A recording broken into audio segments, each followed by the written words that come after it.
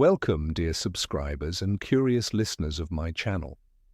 Severus Snape is a character who has come a long way from being one of the most disliked to someone who, in the end, managed to redeem himself and earn the respect of Harry, the other characters, and even the viewers. Snape's story is one of the strongest plot twists in the series, showing that even the darkest characters can change and find a path to redemption. However, despite this, Snape doesn't become a good person in the full sense of the word. In this video, I want to dispel the myths that link him to the ideal and show that Severus is far from being as noble as he is often portrayed. Enjoy the video. Number 1. Inventing the Sectum Sempra spell. Severus Snape, as we know, was a master of the dark arts and potion making. One of his darkest inventions is the Sectum Sempra spell, a terribly dangerous spell that causes extensive wounds on the opponent's body. Why and how Snape created such a spell is not explained, but the mere fact of its invention says a lot. This is not just a random creation, it's a clear sign that Severus was dark enough to create magic aimed at destruction. Number 2. Hated Harry because of his hatred for his father. Snape could never forgive Harry for looking like his father, James Potter. This was a sore spot for Severus because Lily chose James over him. Even years later, when Harry was at Hogwarts, Snape continued to feud with him, and the conflicts became increasingly harsh. Snape's ridicule of Harry in class, his constant mockery, all of this was a result of his spiteful hatred toward Harry's father, and for an adult, this was far from normal behavior. Number 3. Failed to teach Harry occlumency. During Harry's 5th year, he started learning occlumency from Snape, but this training yielded almost no results. Instead of focusing on the important task, both professor and student spent their time arguing, which only intensified the emotional tension. In the end, Snape completely stopped the lessons after Harry accidentally accessed his memories, leaving Harry without the necessary protection against Voldemort. Number 4. Constantly tried to tease Sirius. The conflict between Snape and Sirius was intense during their school years, but as they grew older, Sirius distanced himself from these petty squabbles. However, Snape continued to taunt Sirius, including about his position in the Order of the Phoenix. Snape knew that it was painful for Sirius to be holed up in Grimmauld Place, and he constantly mocked this. These jabs played a role in Sirius's fate as he ultimately died when he went to the Ministry of Magic. It's hard to place all the blame on Snape, but he certainly contributed to the tragic fate of Sirius. Number 5. Favoritism toward Slytherin. Snape repeatedly showed that he favored students from his own house. Although by the later stages of the story, house points became less significant, in the earlier books they played an important role. Snape used his position to reward Slytherins for even the smallest achievements, while students from other houses, especially Gryffindor, often lost points for minor offenses. A striking example is Snape's treatment of Neville, whom he belittled for years, which deeply affected the boy's psyche. Number 6. Insulted Hermione's appearance. In the Goblet of Fire, Snape once again demonstrated his cruelty when, upon seeing how Hermione was affected by Malfoy's spell, which made her teeth grow uncontrollably, he said, "If there are any changes, they're very minor." Hermione was upset by this, but this moment was omitted from the films, leaving Snape's malicious side unnoticed. His words not only hurt Hermione, but also led to Harry and Ron being punished when they tried to stand up for her. Number 7 became a Death Eater. After leaving Hogwarts, Snape joined the ranks of the Death Eaters, followers of Voldemort, who adhered to the ideology of pure blood wizards and the domination of magic over muggles. Although Snape later switched sides and redeemed his actions, the mere fact of his initial choice to align with the Dark Lord doesn't allow us to overlook his dark side. He voluntarily became part of one of the most dangerous and fanatical groups in the magical world. Number 8, publicly humiliated Neville. On Harry's 3rd year at Hogwarts, one of the most brutal moments came during a potions class when Neville Longbottom accidentally ruined his potion. Instead of offering guidance or helping Neville improve, Snape publicly humiliated him. He took the ruined cauldron out into the corridor and loudly declared to anyone passing by that it was Neville's doing. "The worst potion maker in the history of Hogwarts," Snape sneered, calling Neville the most hopeless student ever to attend this school. This public shaming didn't just embarrass Neville in front of his peers, it made him a target for mockery and ridicule for the rest of the year. For someone who was already insecure and unsure of himself, this was a crushing blow.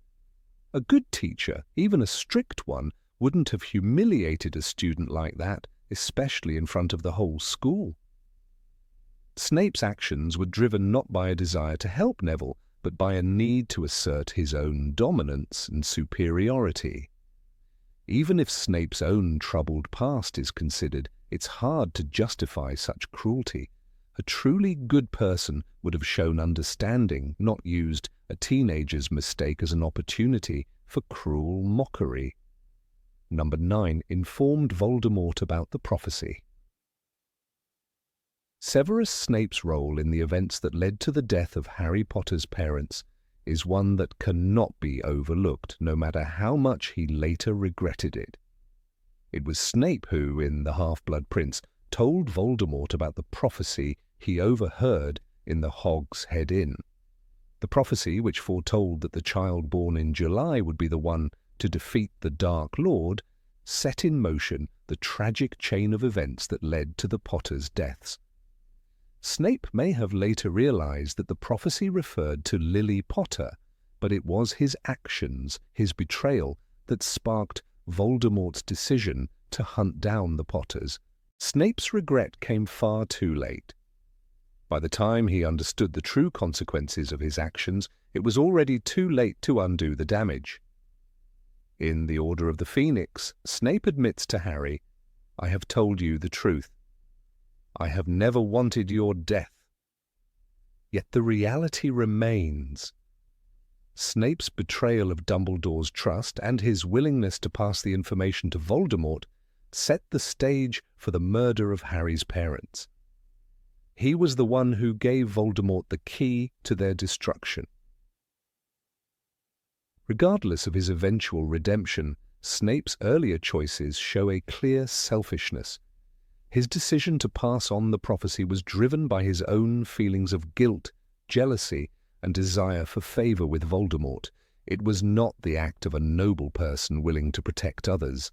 Snape prioritized his own ambitions over the lives of the Potters, proving that even his eventual acts of redemption couldn't erase the selfishness that initially led to their deaths. This was not heroism or honor. It was a moment of deep moral failure. Number 10. Wanted Dementors to take Sirius. During Sirius Black's escape from Azkaban, Severus Snape couldn't hide his satisfaction at the idea of his old enemy being captured by Dementors. When Harry, Ron, and Hermione tried to tell him the truth about Peter Pettigrew, Snape dismissed their words as nonsense. "I don't care what you say. Black is guilty," he spat. He refused to listen, clinging to his own version of events, one that painted Sirius as a murderer. His desire for revenge clouded his judgment, and he would rather see Sirius destroyed than accept the possibility that he had been wrong all along. Snape's obsession with vengeance overpowered any sense of reason or mercy. His personal hatred for Sirius had clearly consumed him. Even when confronted with the truth that Sirius was innocent and that Pettigrew had betrayed the Potters, Snape chose to ignore it. His mind was set, and nothing could change it. His desire to see Sirius suffer, to have him captured and handed over to the Dementors, showed just how deep his bitterness ran. It wasn't about justice for him, it was about punishing his old rival. This obsession with revenge shows that Snape's capacity for mercy and truth was severely limited. A good person would have sought the truth no matter how painful, and would have prioritized justice over personal vendettas. Snape's willingness to put his hatred above fairness and his disregard for the facts are not traits of someone who deserves admiration. His actions were driven by a desire for payback, not for what was right. Number 11, bullied students to boost his ego. Severus Snape was a teacher, but his behavior toward students was far from the example a mentor should set. Rather than guiding or encouraging, Snape took every opportunity to belittle and humiliate his pupils. His cruelty was especially evident in his interactions with students from Gryffindor, like Neville Longbottom. "You're not a wizard, you're a squib," Snape once sneered at Neville, humiliating him in front of the class. He knew the power he had over his students and used it to instill fear rather than respect.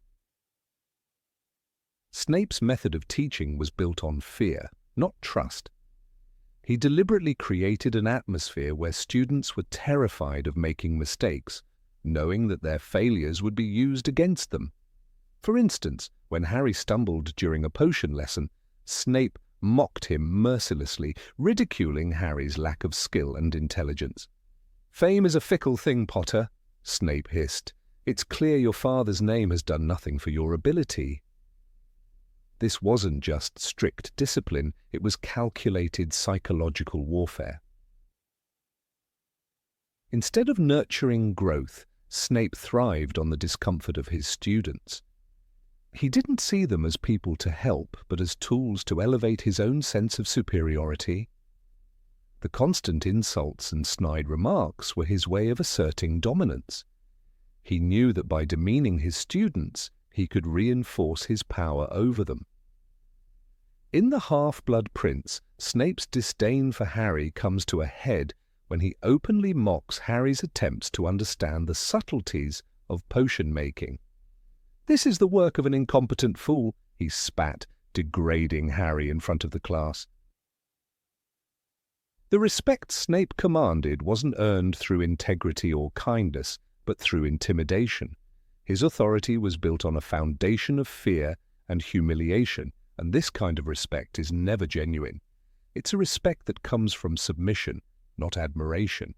No matter how talented or knowledgeable Snape was in the magical arts, his methods of asserting power left much to be desired.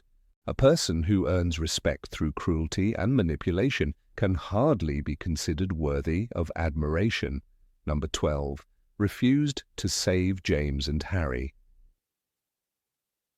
When Severus Snape begged Dumbledore to protect Lily Potter and her family, he made a request that would reveal a dark side to his character. Snape, despite his deep love for Lily, only cared about saving her, not her husband James or their son Harry. Dumbledore's question was blunt. "You want me to protect Lily without caring what happens to her husband and child?" Snape's response was chillingly clear. He only asked for Lily's life to be spared.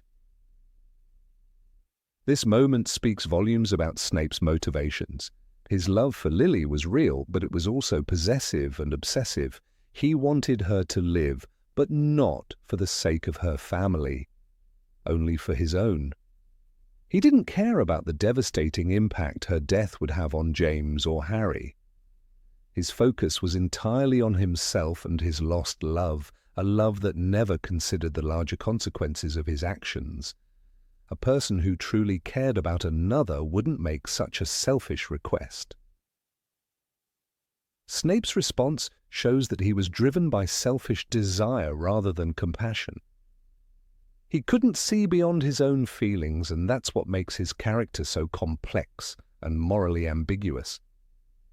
In his mind, saving Lily would have been enough, and he was willing to ignore the rest of her family, even though they too were important to her. This isn't a gesture motivated by genuine love. It's one tainted by an obsessive fixation on what Snape lost rather than on the well-being of Lily's family as a whole. A good person, someone capable of true love, would never have prioritized one life over others, especially knowing how much it would hurt the person they claimed to love. Lily would have wanted her family to be protected as a whole, not just herself. Snape, in that moment, failed to consider that, showing just how far his love for her had warped his sense of right and wrong. His decision was more about his own grief and regret than about saving the people who truly mattered. Number 13 humiliated Lupin and exposed his secret. During Harry's third year at Hogwarts, Professor Lupin became a popular teacher, known for his calm demeanor and effective lessons on defense against the dark arts. However, Severus Snape seemed determined to make Lupin's life as difficult as possible. From the very start, Snape's hostility was clear. He constantly made veiled remarks to the students, hinting that Lupin was hiding something. "There's something that Lupin isn't telling you," Snape would murmur ominously, planting seeds of doubt and suspicion in the minds of the students. He didn't just teach, he poisoned their perceptions of Lupin with unfounded accusations. Snape's torment of Lupin took a more sinister turn when he revealed Lupin's secret, that he was a werewolf, to the entire school. This was a secret that Lupin had worked hard to keep hidden, not only for his own safety, but for his dignity. Snape, however, couldn't resist the chance to undermine him. "Professor Lupin is a werewolf," he declared in front of the class, as though exposing someone's deepest vulnerability was a game to be won. Lupin, unable to face the shame and the inevitable consequences, was forced to leave Hogwarts. Snape's actions weren't just a minor betrayal, they were a deliberate destruction of a man's life. What makes this act even more unforgivable is Snape's motivation. He didn't reveal Lupin's secret out of a sense of duty or concern for the school. He did it because of his personal vendetta. Snape and Lupin had a long history, and Snape's resentment ran deep. The personal animosity between them, rooted in their shared past, led Snape to take malicious pleasure in ruining Lupin's career. This wasn't about protecting the school. It was about Snape lashing out at someone he couldn't forgive. As Dumbledore later reflects, it was a cruel and calculated move. A truly good person wouldn't have acted the way Snape did. A good person would have found a way to help Lupin to understand his struggles, or at the very least would have kept such a secret to themselves. But Snape wasn't interested in empathy or understanding. He was focused on revenge, using his position to harm someone who had done him no direct wrong. The way Snape manipulated Lupin's secret for his own cruel purposes reveals the depths of his bitterness and cruelty. Number 14, presumed guilt without proof. Throughout the series, Severus Snape repeatedly shows a pattern of treating students, especially Harry Potter, as guilty until proven innocent. One of the most glaring examples of this occurs in The Chamber of Secrets, when Harry and Ron are caught flying the Weasleys' car. Without hearing their side of the story, Snape immediately demands their expulsion. "If you two don't shut up, I'll have you both expelled," he growls at them, his tone dripping with contempt.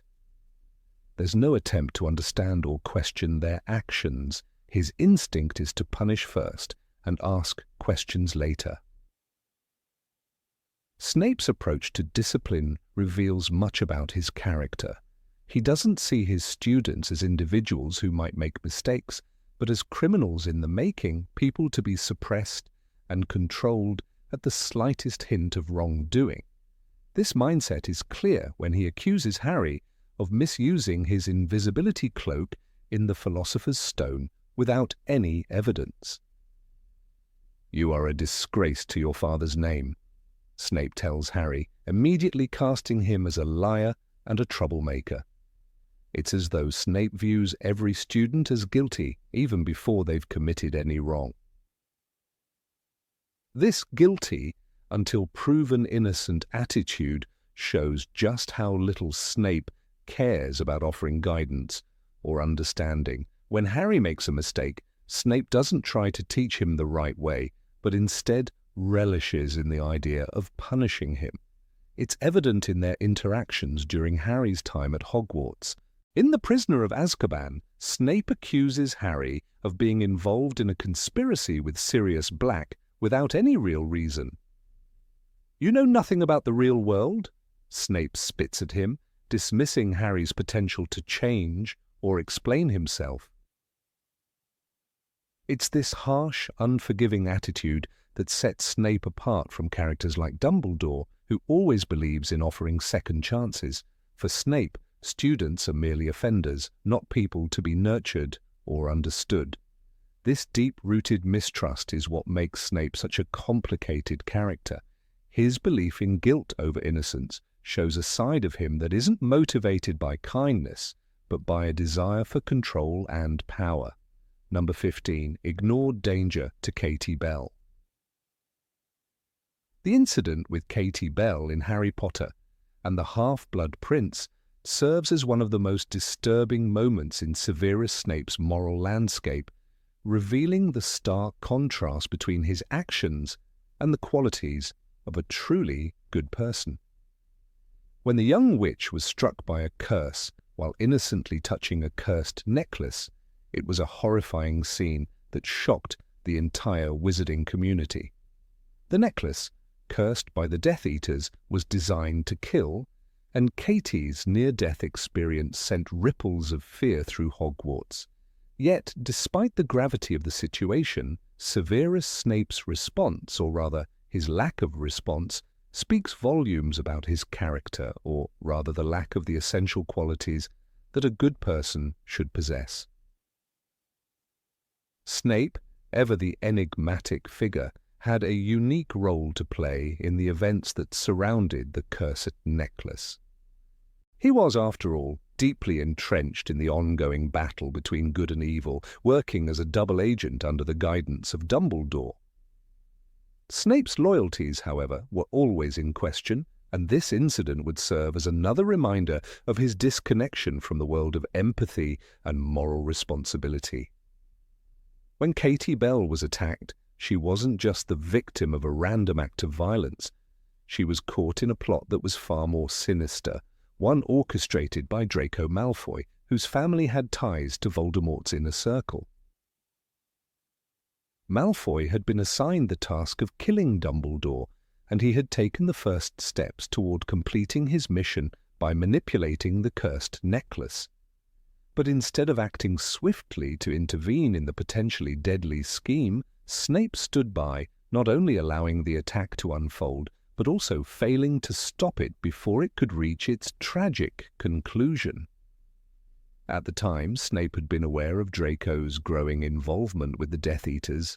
He knew that Draco had been tasked with carrying out a mission so horrific it would eventually break his spirit, a mission that could result in the deaths of countless innocents.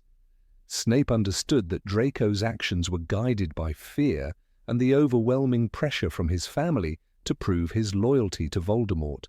However, Snape's response to this knowledge was disturbingly detached. Instead of stepping in to prevent a tragedy, Snape remained on the sidelines, observing the young boy's downward spiral without making any significant effort to intervene.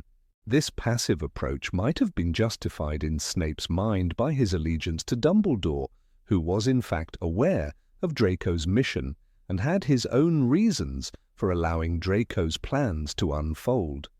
But in the midst of this grand scheme, a key element was lost: the simple human responsibility to protect those in need.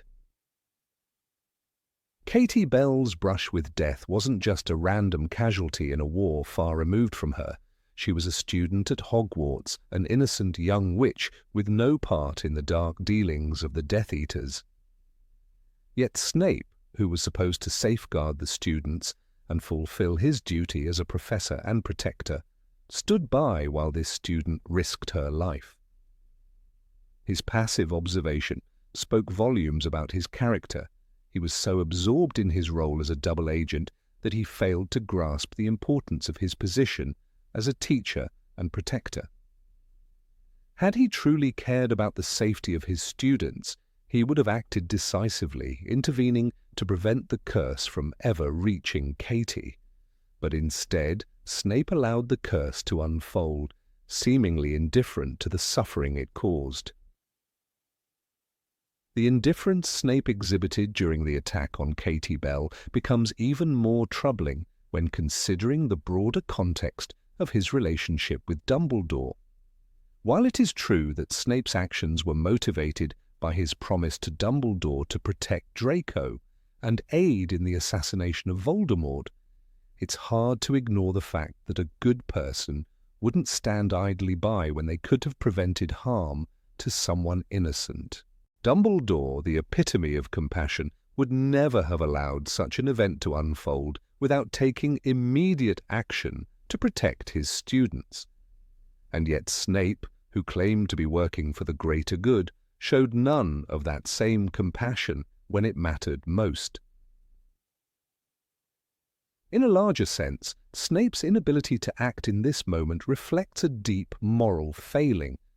A good person, by definition, does not value the greater good so much that they disregard the lives of individuals. Dumbledore's own moral code was built on the principle of protecting life, even at great personal cost. He constantly sought to preserve the well-being of those around him, even when doing so required personal sacrifice.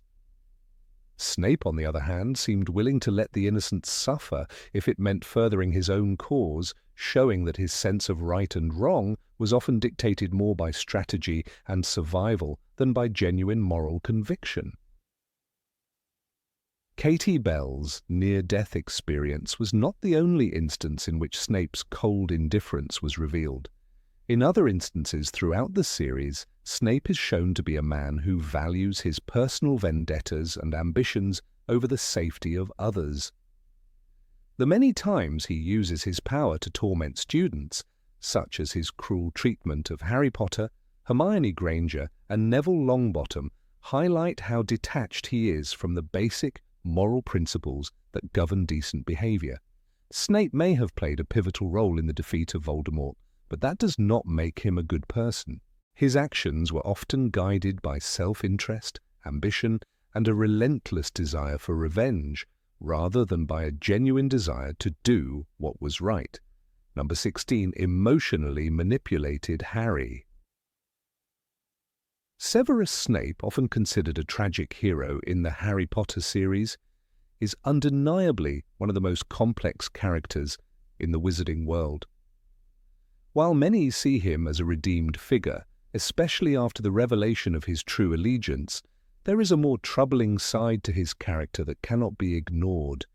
It is easy to be swayed by Snape's sacrifice, the reveal of his undying love for Lily Potter, and his ultimate role in bringing about Voldemort's downfall. However, when you examine his treatment of Harry Potter, it becomes clear that Snape's actions reveal something far darker than mere heroism. Snape manipulated Harry's emotions throughout their entire relationship, right up until the end, and even beyond death, leaving Harry to carry the emotional weight of this manipulation long after Snape had passed. From the very first moment Harry meets Snape, there is a clear sense of tension between them. Harry's hatred for Snape grows throughout the years, as Snape constantly belittles him, singles him out, and humiliates him in front of his peers. But what Harry cannot understand at the time is that Snape's actions are not random or without purpose. In fact, they are part of a broader strategy designed to control Harry's emotions and manipulate his perceptions of the world around him. Snape, a man hardened by betrayal and loss, chooses not to be upfront with Harry, Instead, he revels in creating emotional chaos for Harry without ever offering an explanation. This approach is not one of a kind mentor trying to help a young boy, but rather a man with a clear agenda who uses the boy's feelings of anger, fear, and confusion to his advantage. When Harry stumbles upon the truth about Snape's past, his love for Lily Potter, it is not presented to him in a way that encourages healing or understanding. Snape, knowing Harry's strong feelings toward his mother, could have used this knowledge to bridge the gap between them, explaining the reasons for his bitterness and complex emotions. Instead, Snape waits until the absolute last moment, when Harry is at his most vulnerable, to reveal this truth. Harry is confronted with Snape's memories at a time when he is already reeling from the loss of his mentor, Albus Dumbledore. Snape could have told Harry earlier, even after the revelation of his role in Dumbledore's death, offering Harry the opportunity to understand him better. But Snape's decision to withhold his true feelings speaks volumes about his nature. He does not want to make Harry feel better or help him heal. He wants to manipulate Harry's emotions, and he does so with the precision of a skilled chess player. One of the most damning aspects of Snape's manipulation is the way he sets up Harry to die. Snape knows that Harry must die in order to destroy the part of Voldemort that resides within him. Yet rather than coming clean to Harry in a private, vulnerable moment where Harry could process the truth, Snape forces Harry to face this reality in a moment of profound emotional distress. In the pensive, Harry witnesses Snape's memories of his love for Lily, and in doing so, learns that he is nothing more than a pawn in a much larger game. Snape knew Harry would have to die, but he chose not to prepare Harry for this moment of sacrifice. Instead, he lets Harry's mind and heart absorb the weight of this knowledge in the most cruel and dramatic way possible. This is not the action of a noble protector. It is the work of someone who has carefully orchestrated events for his own purposes, leaving Harry to come to terms with an inescapable fate on his own. Snape's emotional manipulation doesn't stop with the revelation of his love for Lily Potter. Even as he dies, Snape ensures that Harry remains emotionally linked to him, forever burdened by the knowledge of his sacrifice. Harry, upon learning of Snape's love for his mother, is left to question everything about their relationship.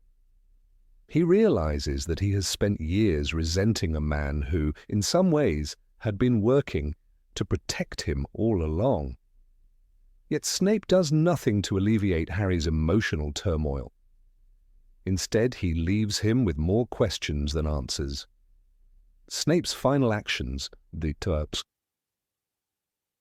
revealing of his true feelings through the pensieve, are not an attempt to ease Harry's suffering. They are the final step in his emotional manipulation, forcing Harry to confront the complexities of love, loyalty, and sacrifice in a way that is far too overwhelming for a young man already on the edge. The psychological toll Snape exacts on Harry is immense. Harry is left to grapple with the weight of Snape's hidden love for Lily and the realization that he is the key to Voldemort's destruction. Snape, who has manipulated Harry's emotions for years, gives him the one final piece of information that will cause Harry to accept his role in the battle against Voldemort. But in doing so, Snape forces Harry to make the ultimate sacrifice. Harry must face his own death, armed with the knowledge that Snape, who has tormented him for years, has played an instrumental role in shaping his destiny. Snape does not give Harry the opportunity to choose his own path. Instead, he forces Harry to accept his fate without ever fully understanding the full scope of the sacrifice he is being asked to make. This is not the behavior of a man who truly cares for Harry, but of someone who has used him for his own ends. Number 17, never admitted his own faults. Severus Snape, one of the most complex and tragic characters in the Harry Potter series, is often hailed as a hero, yet there is a fundamental flaw in his character that prevents him from being considered a truly good person. The essence of his moral ambiguity lies in his consistent refusal to acknowledge his own mistakes and weaknesses.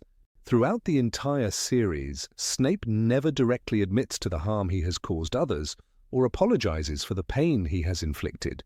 Instead, he hides behind a mask of bitterness, sarcasm, and cold detachment. His actions, however noble in their final moments, do not erase the fact that he remains a man unwilling to confront the darker aspects of his own soul. One of the most glaring examples of Snape's inability to accept responsibility comes in the way he deals with the death of Lily Potter. As a young man, he made choices that ultimately led to her murder. He was the one who overheard the prophecy, revealing that Lily's son Harry was the one destined to defeat Voldemort.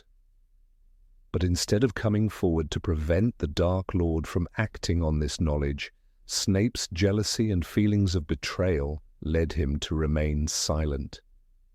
He didn't warn Lily, and as a result, she and James were killed. The ripple effect of their deaths extended to Harry, who was left an orphan, raised by relatives who despised him. Snape, however, never once directly admits his role in this chain of events. Instead, Snape's approach is to shift the blame. He blames the Marauders, James Potter in particular, for his own shortcomings. He accuses Harry of looking too much like his father James, whom Snape loathed. Instead of acknowledging that his hatred for James Potter blinded him to the consequences of his own choices, Snape projects his internalized bitterness onto others. His feelings of injustice, rooted in his adolescence and the bullying he suffered at the hands of James and his friends, prevent him from reflecting on his own actions. This emotional blockade keeps him from taking full accountability. When Snape becomes a double agent working for both Voldemort and Dumbledore, his motivations are layered with complexity. He is not motivated by goodness or a desire to do the right thing, but by his guilt over Lily's death. His actions are driven by his need for redemption, yet he continues to avoid directly confronting the root of his guilt. He makes decisions that save others, but he never openly acknowledges the pain his past choices have caused. Even when Harry confronts him about his role in Lily's death, Snape deflects, focusing on Harry's supposed similarities to his father rather than expressing regret or offering a sincere apology. At the climax of Snape's story, when Harry learns the truth about his sacrifices and Snape's deep love for Lily, we are presented with a man whose actions have led to profound change, but also a man who still refuses to seek forgiveness. Snape's courage in the face of danger and his loyalty to Dumbledore are undeniable, yet they do not absolve him of the years of emotional cruelty he inflicted on others. His relationship with Harry is a case in point. Snape constantly punishes Harry, subjecting him to mockery and scorn, even though Harry is a child who has no understanding of Snape's internal struggle. The excuse of tough love or tough teaching is not enough to justify the way Snape treats Harry, as his behavior is more reflective of unresolved bitterness than genuine concern. Furthermore, Snape's actions as a teacher in Hogwarts also point to his failure to recognize his own flaws. He is a talented and gifted wizard, undoubtedly, but his teaching style is often cruel and dismissive. His preference for punishing students, particularly Harry, shows an utter lack of empathy.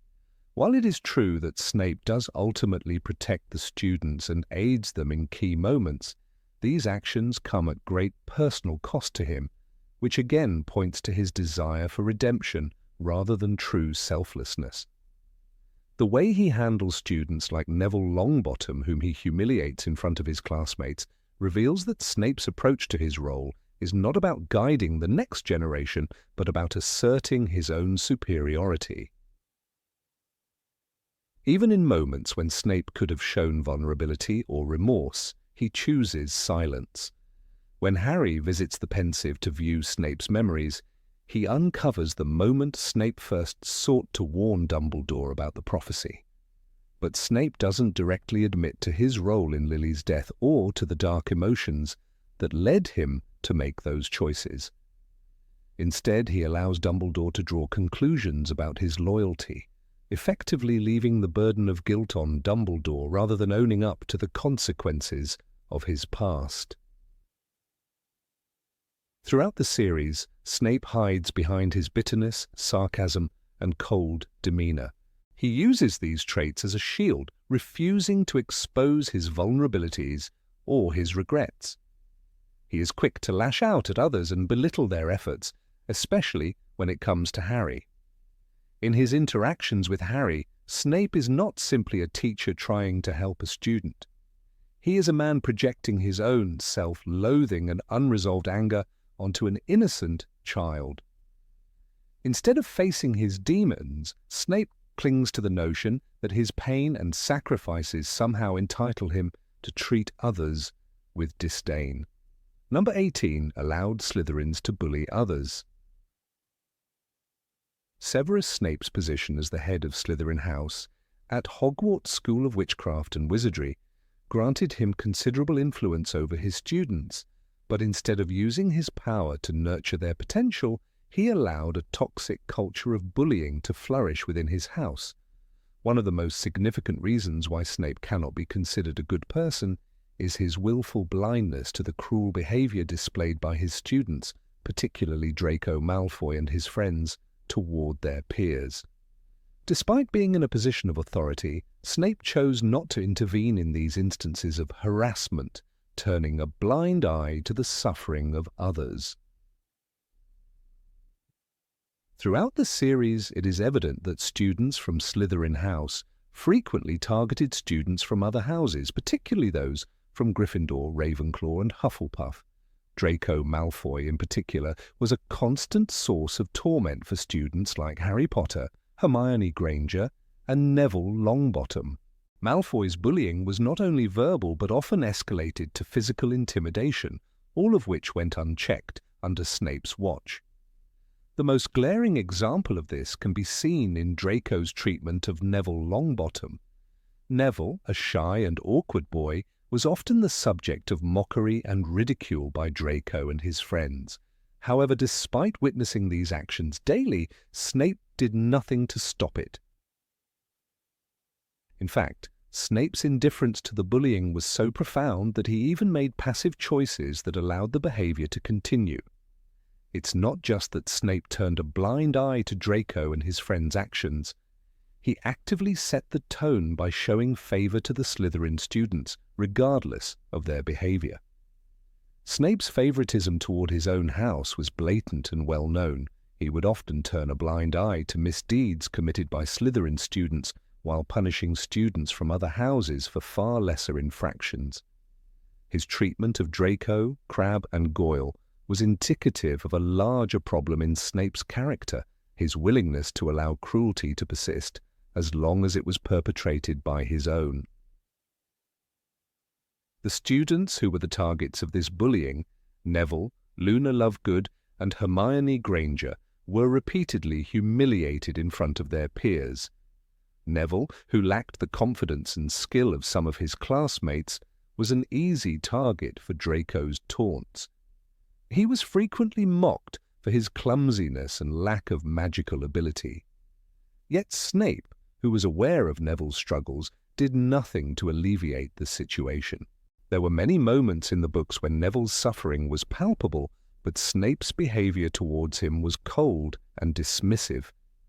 In a pivotal moment during one of the lessons, Snape could have stepped in to defend Neville when Draco used his magic to torment him, but instead he merely observed. This was not an isolated incident, but rather a pattern of neglect that continued throughout the series. Luna Lovegood, with her quirky personality and eccentric beliefs, also fell prey to the cruelty of Draco and his group. On more than one occasion, she was the subject of mockery, particularly for her belief in creatures like the crumple-horned Snorkack. Despite this, Snape, who was often quick to punish students for what he perceived as frivolous behavior, never once reprimanded Draco or his friends for their cruel treatment of Luna. Instead, Luna was left to navigate the hostile environment at Hogwarts largely on her own, with no protection or support from the staff or her head of house.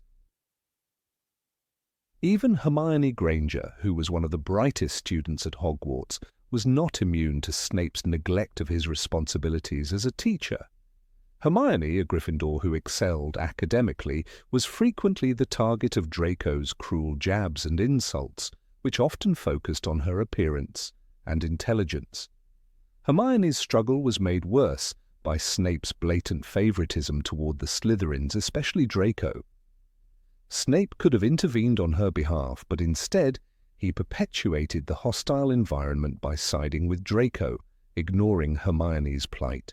Perhaps the most telling example of Snape's failure as a protector of the students came during the time of the Triwizard Tournament. When Draco and his fellow Slytherins harassed Harry about his participation in the tournament, Snape, as head of house, did nothing to stop it. Instead of reinforcing the idea of respect for all competitors, Snape remained silent, letting the bullying continue unchecked. Snape's reluctance to interfere in such matters revealed that his primary concern was not the well-being of his students, but rather his own position and agenda. Snape's behavior towards his students highlights a disturbing lack of empathy. A true teacher, especially one in a position of power like Snape, would have intervened in such situations, acting as a shield for the vulnerable and marginalized students. Snape, however, chose to prioritize his own loyalties and ambitions over the welfare of his students. It was clear that Snape's relationship with his students was not one of care or protection, but rather one of dominance and control. His passive approval of bullying was not only morally wrong, but it also set a dangerous precedent for other teachers and students. A truly good person, especially a teacher, would have used their position of authority to teach compassion, respect, and the importance of standing up for others. Snape, however, failed to do this. He didn't protect the students who were being bullied. He didn't hold his own house to the same standards of behavior as the other students. Instead, he fostered an environment where cruelty was allowed to thrive, especially if it served the interests of Slytherin House. There is no excuse for Snape's actions. He was fully aware of what was happening within his house, and yet he chose to ignore it. His actions, or lack thereof, resulted in the further suffering of vulnerable students. By choosing to overlook bullying and harassment, Snape made it clear that his loyalty to his house and his personal ambitions took precedence over the well-being of the students in his care. A true protector of students would have acted differently, standing up to the bullies and defending those who could not defend themselves. It is crucial to note that Snape's failure to intervene in these situations was not merely a lapse in judgment, it was a reflection of his fundamental character flaws. Snape was a man who often valued his own desires above the needs of others. His passive complicity in the bullying that took place in Slytherin House was just another example of how he failed to live up to the ideals of a good person. A good person would have used their power for good, to protect and uplift others, not to enable harm. In the end, Severus Snape's actions, or lack thereof, speak volumes about his character. His decision to allow bullying to continue unchecked, to show favoritism to students who perpetuated that cruelty, and to disregard the suffering of others makes it impossible to view him as a good person. His actions demonstrate a lack of compassion, empathy, and moral integrity. Snape may have had moments of heroism and complexity, but his failure to protect the vulnerable students under his care cannot be overlooked. A true hero would have stood against the bullying and acted to stop it, not allowed it to continue for his own benefit. Number 19 was cruel to house elves. Severus Snape, the enigmatic and complex figure from J.K. Rowling's Harry Potter series, is often viewed through a multifaceted lens. While some fans see him as a tragic hero, others view his actions as unforgivable, especially when it comes to his treatment of certain characters. One aspect of his character that often goes unnoticed, or is swept aside in light of his supposed redemption arc, is his blatant cruelty toward house elves, particularly his interactions with Dobby, the free elf who worked at Hogwarts. This detail is crucial, as it underscores a deeply ingrained flaw in Snape's character, his inability to show empathy or basic respect for beings he deemed insignificant, yet who were no less alive than any wizard or witch. Snape's behavior toward house elves reflects his fundamental arrogance and cruelty. House elves, a race of magical beings bound by servitude to wizarding families, are often treated as inferior by many characters in the wizarding world. However, Snape's actions go beyond mere disdain or neglect. He actively displays hostility. His interaction with Dobby, whom he insults and belittles, demonstrates a dark side to his character that cannot be ignored. When Dobby first appears in Hogwarts, having been freed from the Malfoy family, it is clear that Snape harbors no appreciation for him, nor for the broader issue of house elf servitude. Snape treats Dobby with condescension, mocking the elf's newfound freedom and reinforcing the prejudices that many in the wizarding world held toward elves.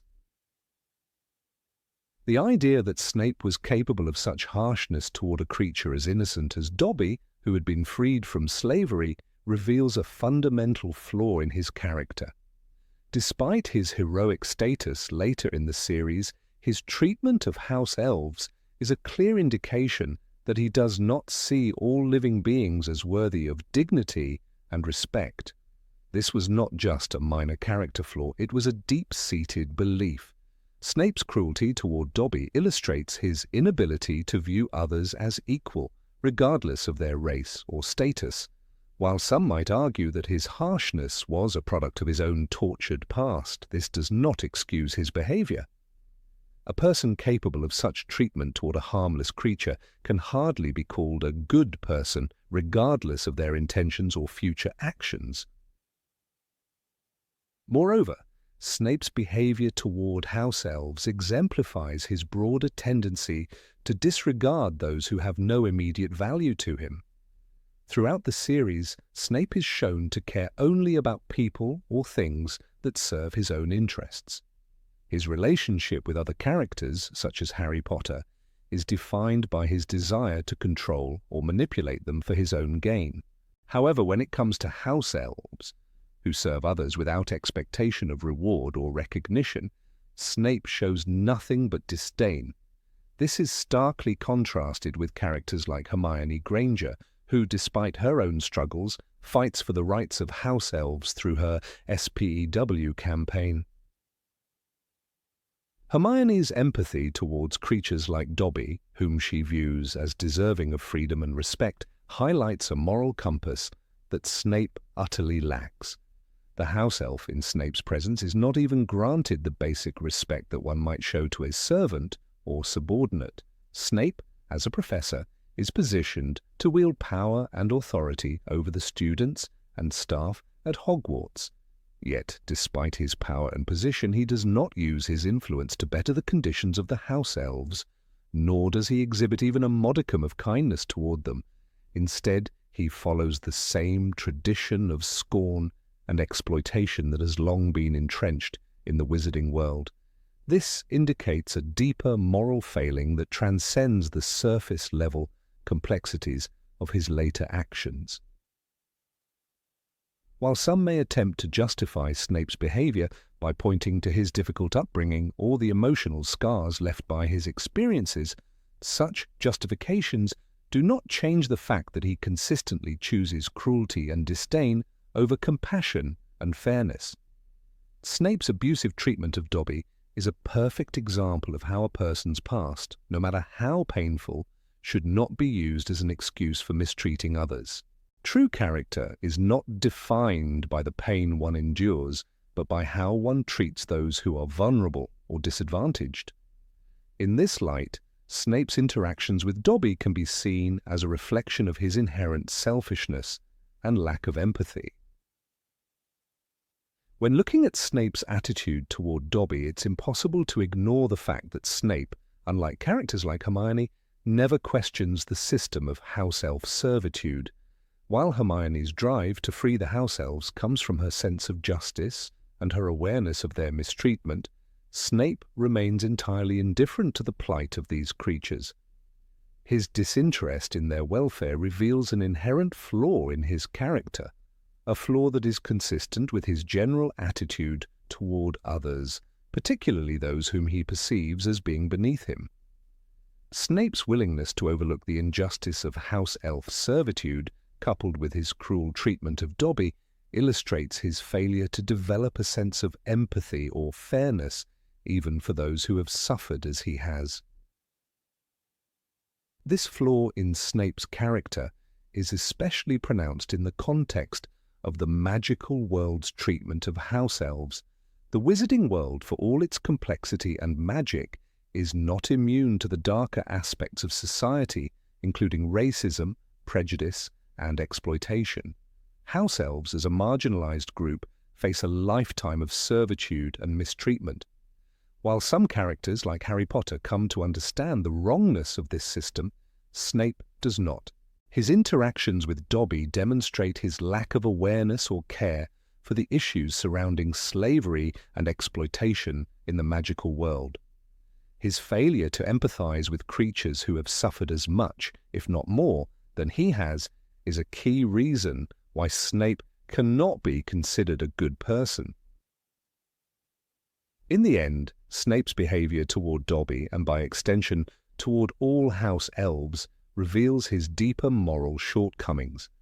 It is easy to get swept up in the tragedy of Snape's backstory and his ultimate sacrifice, but the reality is that his cruelty toward beings he saw as lesser is a powerful indicator of his true nature.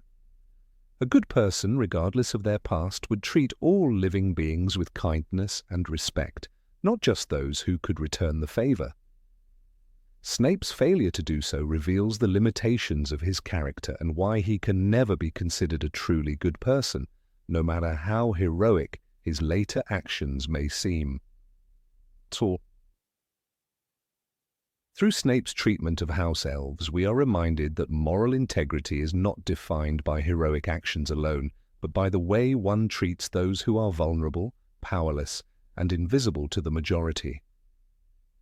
The way Snape chooses to disregard and mistreat Dobby and others like him reveals a man who, despite his bravery and eventual sacrifice, could never overcome the cruelty and selfishness that marked his character from the very beginning.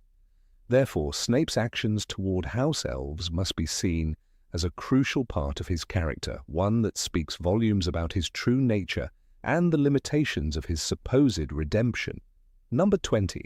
Showed contempt for Muggles. Severus Snape is often regarded as one of the most complex and enigmatic characters in the Harry Potter series.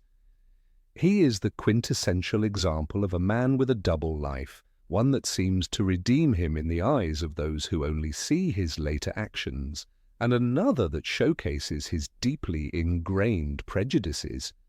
For all the heroism Snape displayed in his final acts, it is important to remember that his path to redemption was far from straightforward, and it was marked by dark roots that stretched deep into his formative years. One of the most glaring aspects of Snape's character is his disdain for Muggles, an attitude that did not vanish with his shift away from the Death Eaters, nor was it ever truly reconciled with his allegiance to Dumbledore.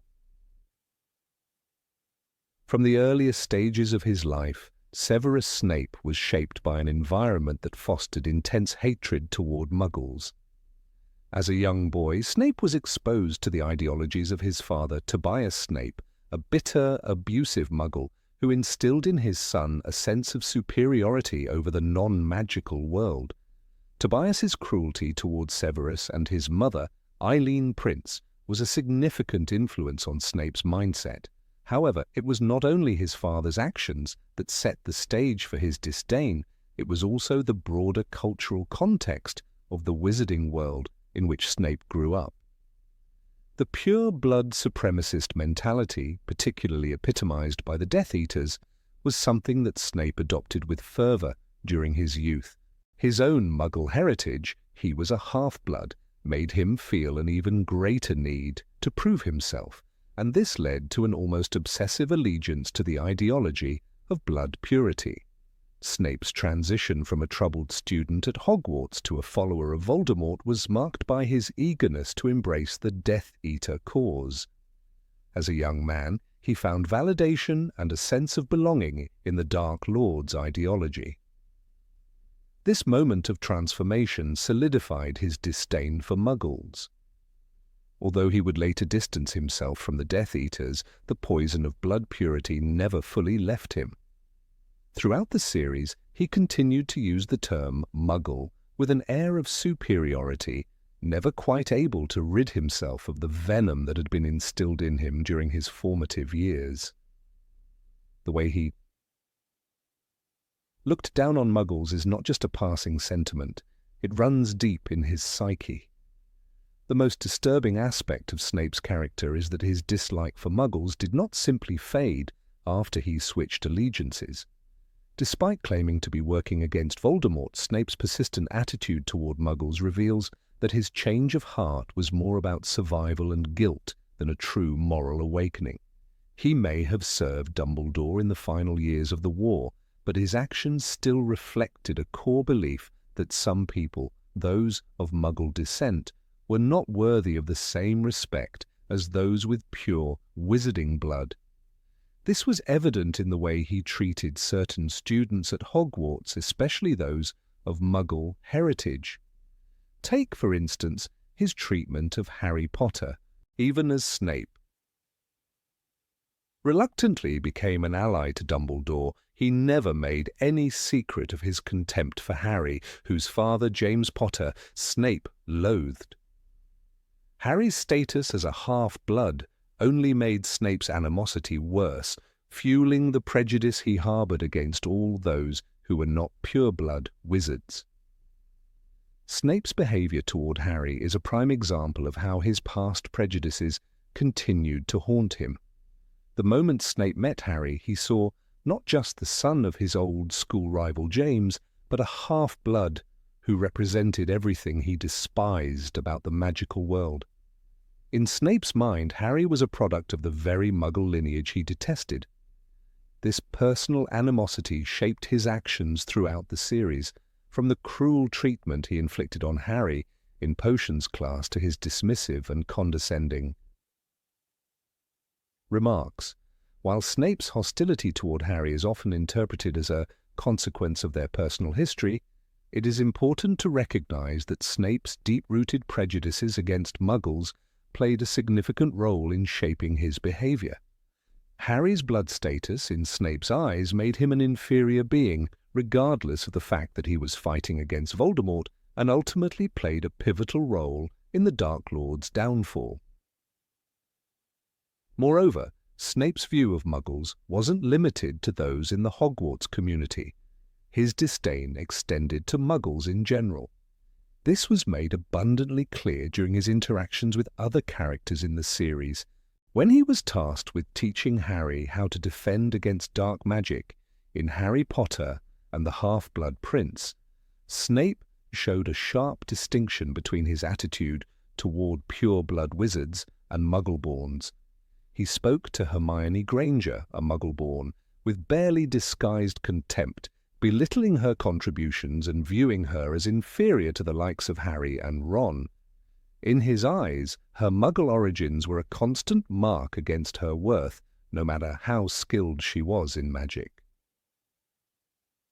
This behavior is not just that of a man with a personal vendetta. It is the mark of someone who, despite claiming to fight for a greater cause, never truly shook off his belief that Muggles and Muggleborns were inferior. What makes Snape's prejudice particularly striking is the fact that it never fully wavers, even in the face of his supposed shift toward the light. The Dumbledore who took Snape in and provided him with a chance for redemption was not an ordinary wizard. He was the most powerful wizard of his time and a man who valued equality and fairness. Yet Snape, while playing the part of the dutiful servant to Dumbledore's cause, never truly internalized Dumbledore's values. Dumbledore's inclusive stance toward Muggleborns and half-bloods was in direct opposition to Snape's personal beliefs, yet he continued to serve Dumbledore as if this internal contradiction could be reconciled. Snape's role as a double agent and his continued animosity toward Muggles demonstrate that he was a man struggling with his identity. He may have been fighting against Voldemort, but he never fully embraced the ideals of equality and tolerance that Dumbledore championed. A particularly telling moment of Snape's failure to overcome his prejudice occurs when he is forced to protect Harry in Harry Potter and the Deathly Hallows. Snape, a man who despises Harry for his very existence, is tasked with shielding him from harm in the final stages of the war. Yet despite his devotion to protecting the boy, Snape's distaste for Harry's blood status is still evident. His protection is born out of guilt and obligation rather than a deep sense of moral duty or respect for Harry's life. Snape may be fighting on the right side of the war, but his personal demons, his hatred of Muggles and Muggleborns, remain unresolved. This is not the mark of a truly good man, but rather someone who, despite their actions, still holds on to deep-rooted biases that prevent them from fully embracing the values of compassion, respect, and equality. What is most troubling about Snape's character is that his prejudice against Muggles was never fully challenged or eradicated by his association with Dumbledore. Despite all of Snape's actions in the fight against Voldemort, his failure to address this core aspect of his identity reveals the deep flaws that make it impossible to label him as a truly good person. His prejudices, instilled during his youth and reinforced throughout his life, remained with him until the very end, proving that even in the most trying of circumstances, a man can remain enslaved to the biases of his past. In the end, Severus Snape is not a character who can simply be written off as a tragic hero. While his bravery and loyalty to Dumbledore cannot be denied, his failure to confront and overcome his deep-seated disdain for Muggles prevents him from being considered a truly good person. A good person, one who truly values equality, cannot hold on to such hatred for an entire group of people based on their blood status. Snape may have saved lives, but he also perpetuated a cycle of prejudice and hate, leaving a legacy that is tainted by his inability to fully let go of his early beliefs. Number 21 used legilimency on students. Severus Snape, one of the most complex and enigmatic characters in the Harry Potter series, is often regarded as a hero by some and a villain by others. However, there is one aspect of his behavior that undeniably taints his legacy: his use of legilimency against his students without their consent, particularly during his lessons on occlumency with Harry Potter. Despite his contributions to the fight against Voldemort, Snape's actions in this regard reveal a deeply troubling side to his character, one that contradicts the principles of a truly good person. In the Harry Potter books, legilimency is the magical art of reading minds, a powerful and invasive form of magic that can penetrate the deepest recesses of a person's thoughts and memories. Snape, as one of the few skilled in this art, employs it on Harry Potter during their occlumency lessons. While the purpose of these lessons is to teach Harry how to protect his mind from Voldemort's influence, Snape's methods are harsh and cruel, causing the young boy significant emotional and psychological distress. Harry, already burdened by his traumatic experiences, is subjected to excruciating pain and humiliation at the hands of his teacher. The most telling example of Snape's disregard for Harry's well-being occurs during their first occlumency lesson. Harry, still struggling with the painful memories of his past, attempts to block Snape's mind-reading intrusion. Rather than guiding Harry with patience or empathy, Snape uses his powerful legilimency to forcefully invade Harry's mind, causing the boy immense pain.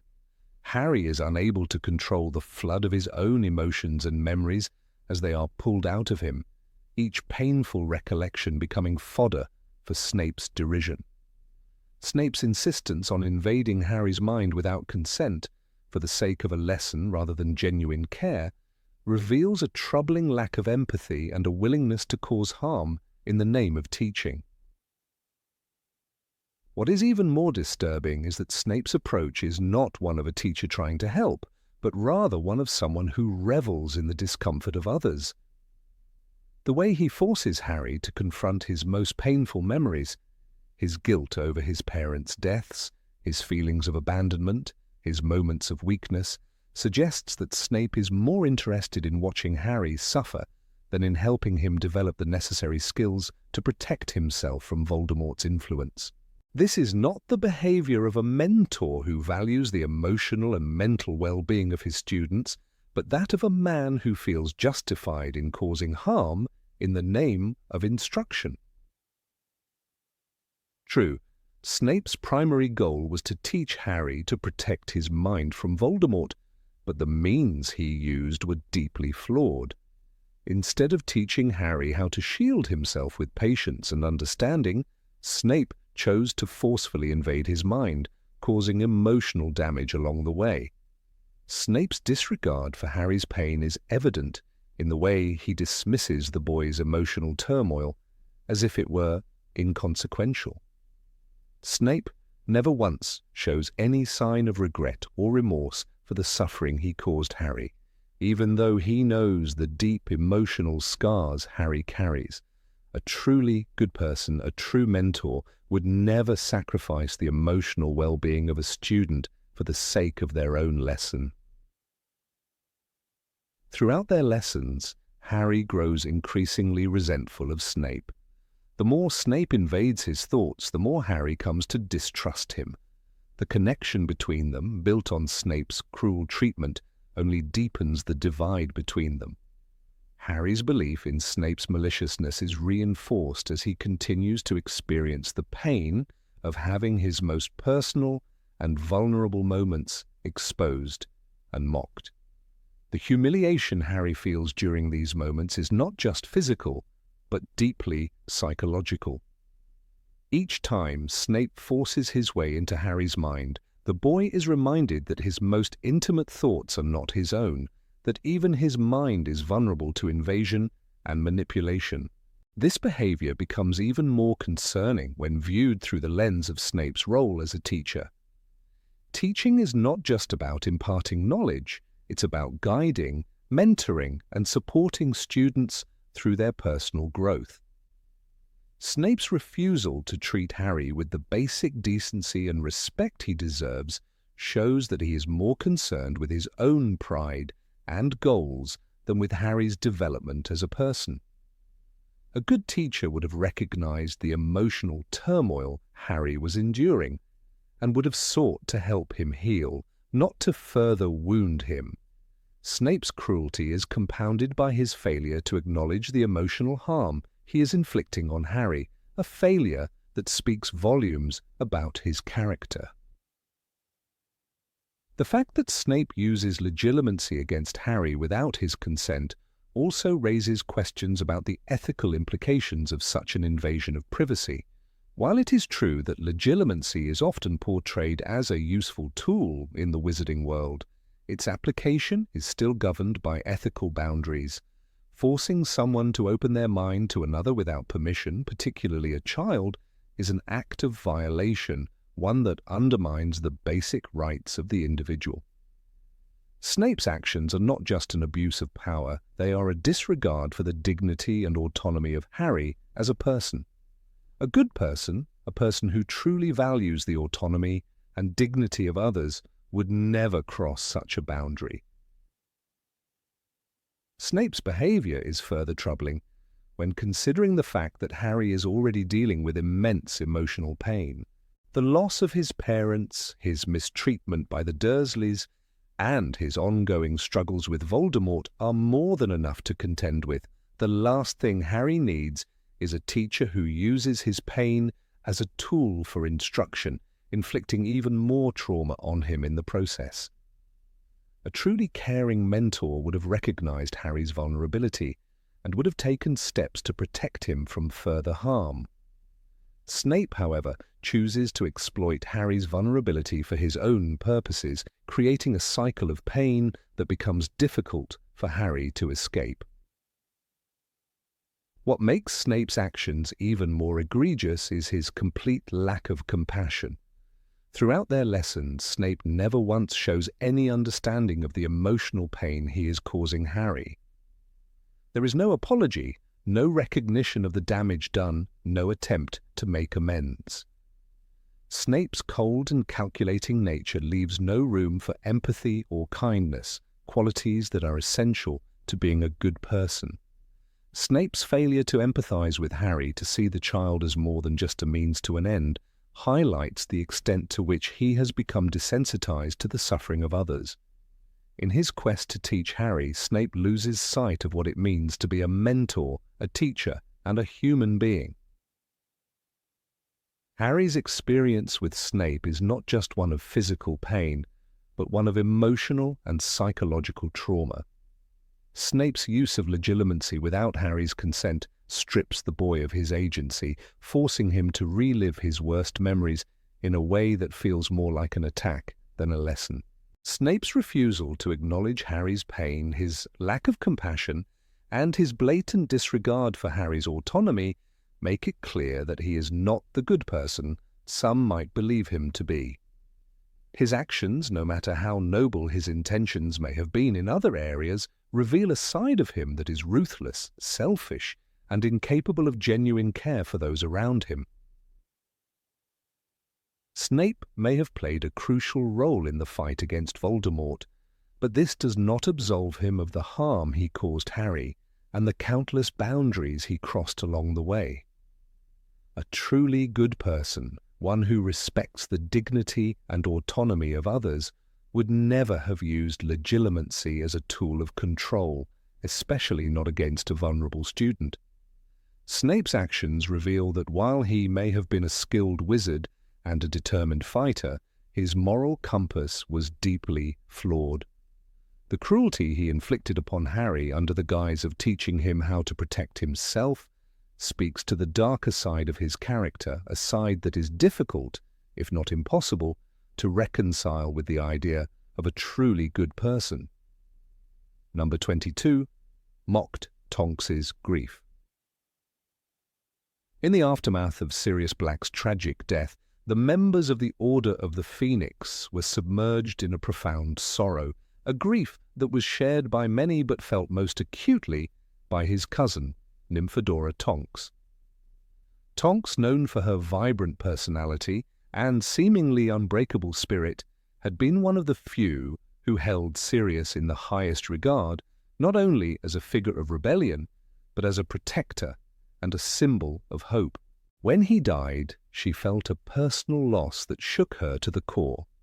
Yet amid this raw and unrelenting pain, Severus Snape, the enigmatic and often cruel member of the Order, stood in stark contrast to the compassion one might expect from someone fighting on the side of good. Rather than offering a comforting word or any semblance of empathy, Snape took it upon himself to mock Tonks's suffering. The moment when she was at her most vulnerable, after the devastating loss of Sirius, became an opportunity for Snape to demonstrate the depths of his cruelty. He made a cutting remark about her, commenting that she had ceased to be useful to the Order and that her emotional turmoil had compromised her ability to perform her duties. In the midst of a war, and especially after the traumatic death of someone she loved dearly, Tonks's grief was not just a personal matter. It was a reflection of the emotional toll war had on every fighter, yet Snape saw it only as weakness. The emotional impact of Sirius's death on the members of the Order was immense, and no one could truly understand the depth of pain it caused more than Snape himself. He had, after all, been a former friend and a confidant to Sirius before the rift between them had torn their bond apart. Yet, Snape's response to the tragedy was telling. His apparent indifference to the suffering of those who fought beside him, especially Tonks, was an indication of the lack of empathy that defined him throughout his life. Snape's bitterness and harshness were not merely the result of the emotional scars he bore from his own past. They were a fundamental part of his nature, a coldness that allowed him to disregard the suffering of others. This behavior, so far removed from what one might expect from a good person, served to highlight the moral ambiguity that plagued Snape's character. It was not just that he was unkind to Tonks or others, it was the fact that despite his role in the Order, he continued to act with a distinct lack of compassion, even when those around him were clearly grieving. His actions painted a picture of a man who, while undoubtedly capable of bravery and strategic genius, was fundamentally lacking in the basic human qualities that would make him a truly good person. Tonks's emotional vulnerability in that moment was an easy target for someone like Snape, who had long been accustomed to hiding behind sarcasm and disdain. His ability to mock her in such a way when all she needed was support reveals a significant flaw in his character, a deep inability to connect with others on an emotional level. This was not an isolated incident, it was merely one example in a long line of moments in which Snape showed that his own pain and darkness overshadowed any attempt at compassion for others. As an experienced member of the Order and a teacher at Hogwarts, Snape should have understood the importance of fostering emotional resilience in his fellow warriors. He knew the toll that the war was taking on everyone, from the youngest members to the most seasoned fighters. Yet, instead of offering solace or even a quiet word of understanding, he chose to belittle Tonks for her inability to mask her grief. This, in itself, demonstrated an inherent cruelty, one that seemed to run contrary to the very nature of the Order's fight against evil. While the members of the Order, despite their personal suffering, fought together for a cause greater than themselves, Snape's isolation and disdain for others made him an unreliable and untrustworthy ally when it came to matters of the heart. Snape's lack of empathy in this situation was especially jarring when juxtaposed with the other members of the Order, many of whom, despite their own personal losses, remained supportive of one another. In a moment where camaraderie and unity were needed more than ever, Snape's dismissive treatment of Tonks stood out as a glaring example of his failure to connect with those he was supposed to be fighting for. His actions, particularly toward Tonks, suggested that the emotional toll of the war was a burden only to be borne by oneself, a mindset that made it difficult for him to foster any meaningful bonds with his fellow wizards and witches. The fact that Snape's cruelty in this instance was directed at someone like Tonks, who had always tried to maintain a sense of humor and optimism even in the darkest of times, only added to the harshness of his actions. For all her quirks and bubbly nature, Tonks was a fierce and devoted member of the Order, someone who put her life on the line for the greater good. Her pain, then, was not just her own. It was the pain of a soldier caught in the unrelenting wave of war. Snape's callousness toward her grief, which would have been unbearable for anyone, demonstrated a fundamental lack of the compassion and understanding that are hallmarks of a truly good person. In considering the question of whether Severus Snape can be considered a good person, it's essential to examine his treatment of those closest to him during times of great personal tragedy. Snape may have played a critical role in the ultimate defeat of Voldemort, but his lack of emotional intelligence and his inability to show kindness or understanding to those who suffered around him make it impossible to regard him as wholly good. His actions toward Tonks, particularly in the wake of Sirius's death, reveal the stark contrast between the courage he demonstrated in battle and the emotional coldness he exhibited toward his comrades. Snape's actions raise an important question about the nature of goodness and what it truly means to be a good person. While he may have done heroic deeds, those deeds were often overshadowed by his inability to show the basic decency that defines true moral character. A good person, even in the darkest of times, recognizes the suffering of others and offers empathy, support, and kindness. Snape, however, chose to mock the grief of his fellow warriors, leaving an indelible mark on his character that makes it impossible to regard him as a truly good person. In this way, Snape's treatment of Tonks after Sirius's death serves as a powerful reminder that kindness, empathy, and emotional understanding are not mere add-ons to a person's moral character. They are fundamental components of what it means to be good. Snape, despite his many complexities and his role in the ultimate defeat of Voldemort, will always be defined by the moments in which he chose to act without compassion, and his behavior toward Tonks is one of the clearest examples of that. Number 23 abused his power as a teacher. Severus. Snape's actions during his years at Hogwarts School of Witchcraft and Wizardry are often a point of contention among fans of the Harry Potter series. While some argue that he was a tragic hero, one who had endured great suffering and ultimately sacrificed himself for the greater good, others believe that his behavior throughout the series reveals a much darker truth. Severus Snape cannot be considered a good man. A key reason for this is his repeated and consistent abuse of the power he wielded as a teacher. Time and again, Snape used his position of authority not to guide and nurture the students of Hogwarts, but to assert his dominance, humiliate those who displeased him, and create an atmosphere of fear and intimidation that ultimately hindered the students' growth. From the very first moments of his introduction in The Philosopher's Stone, Snape is presented as someone who misuses his power. He takes particular pleasure in belittling Harry Potter, the protagonist, for reasons that remain unclear at first, but as the story progresses, his true nature begins to unfold. Snape was never interested in fostering an environment where his students could thrive. Instead, he appeared to relish his ability to manipulate and terrorize them. The first and most glaring example of this behavior is his treatment of Neville Longbottom, a student who, though kind-hearted and brave, was often clumsy and lacking in self-confidence. Snape, knowing full well that Neville was one of the most vulnerable students, singled him out regularly for humiliation. Whether it was giving him impossible tasks, belittling him in front of the class, or ridiculing him for his failures, Snape's actions were cruel and unnecessary.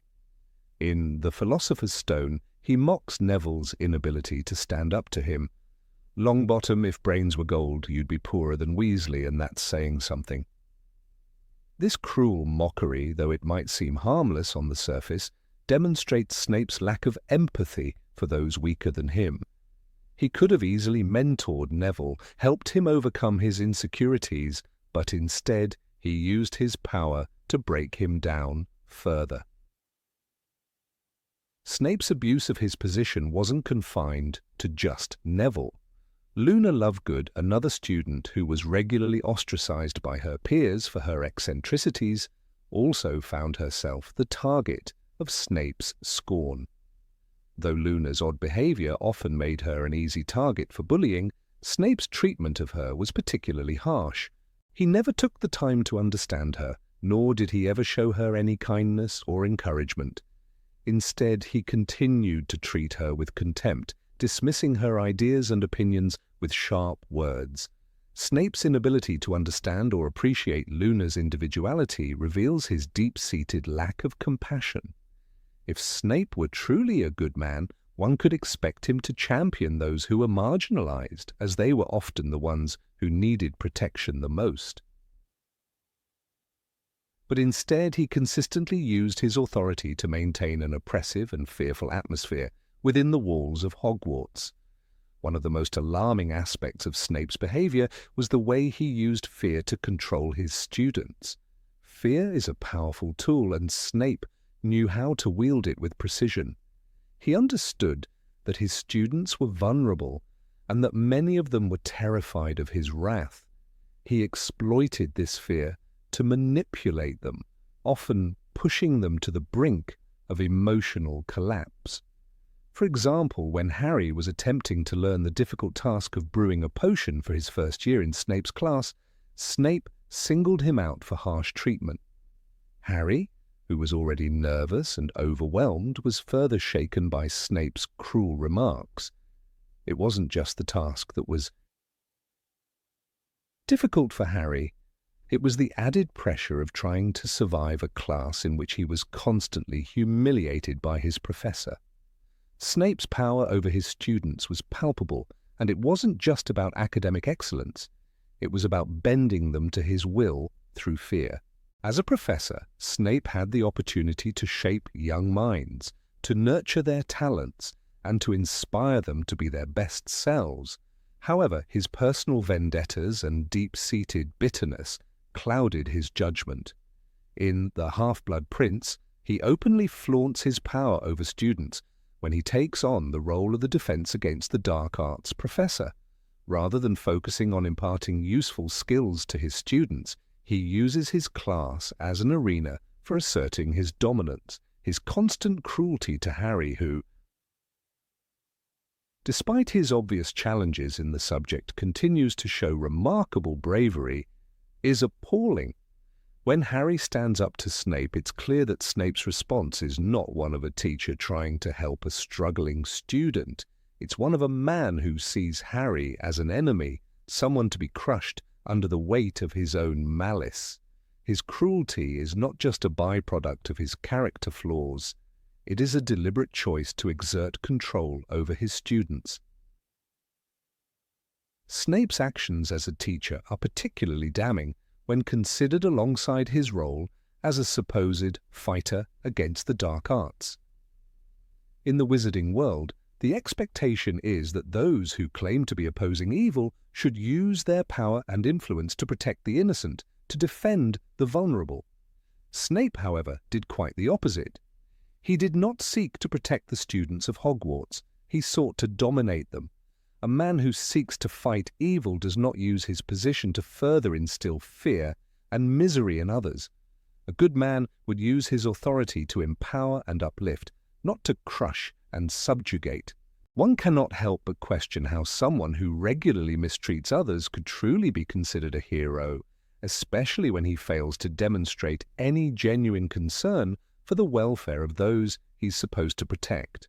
Snape's behavior does not align with the qualities of a good person, no matter how many personal tragedies he may have endured. His ability to manipulate others and to mask his true nature behind a veil of false bravado only serves to highlight how dangerous his character truly is.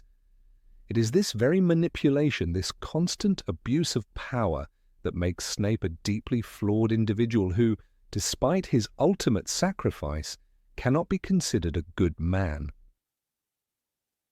Throughout his years at Hogwarts, Snape maintained a facade of superiority, one that allowed him to intimidate and control those around him.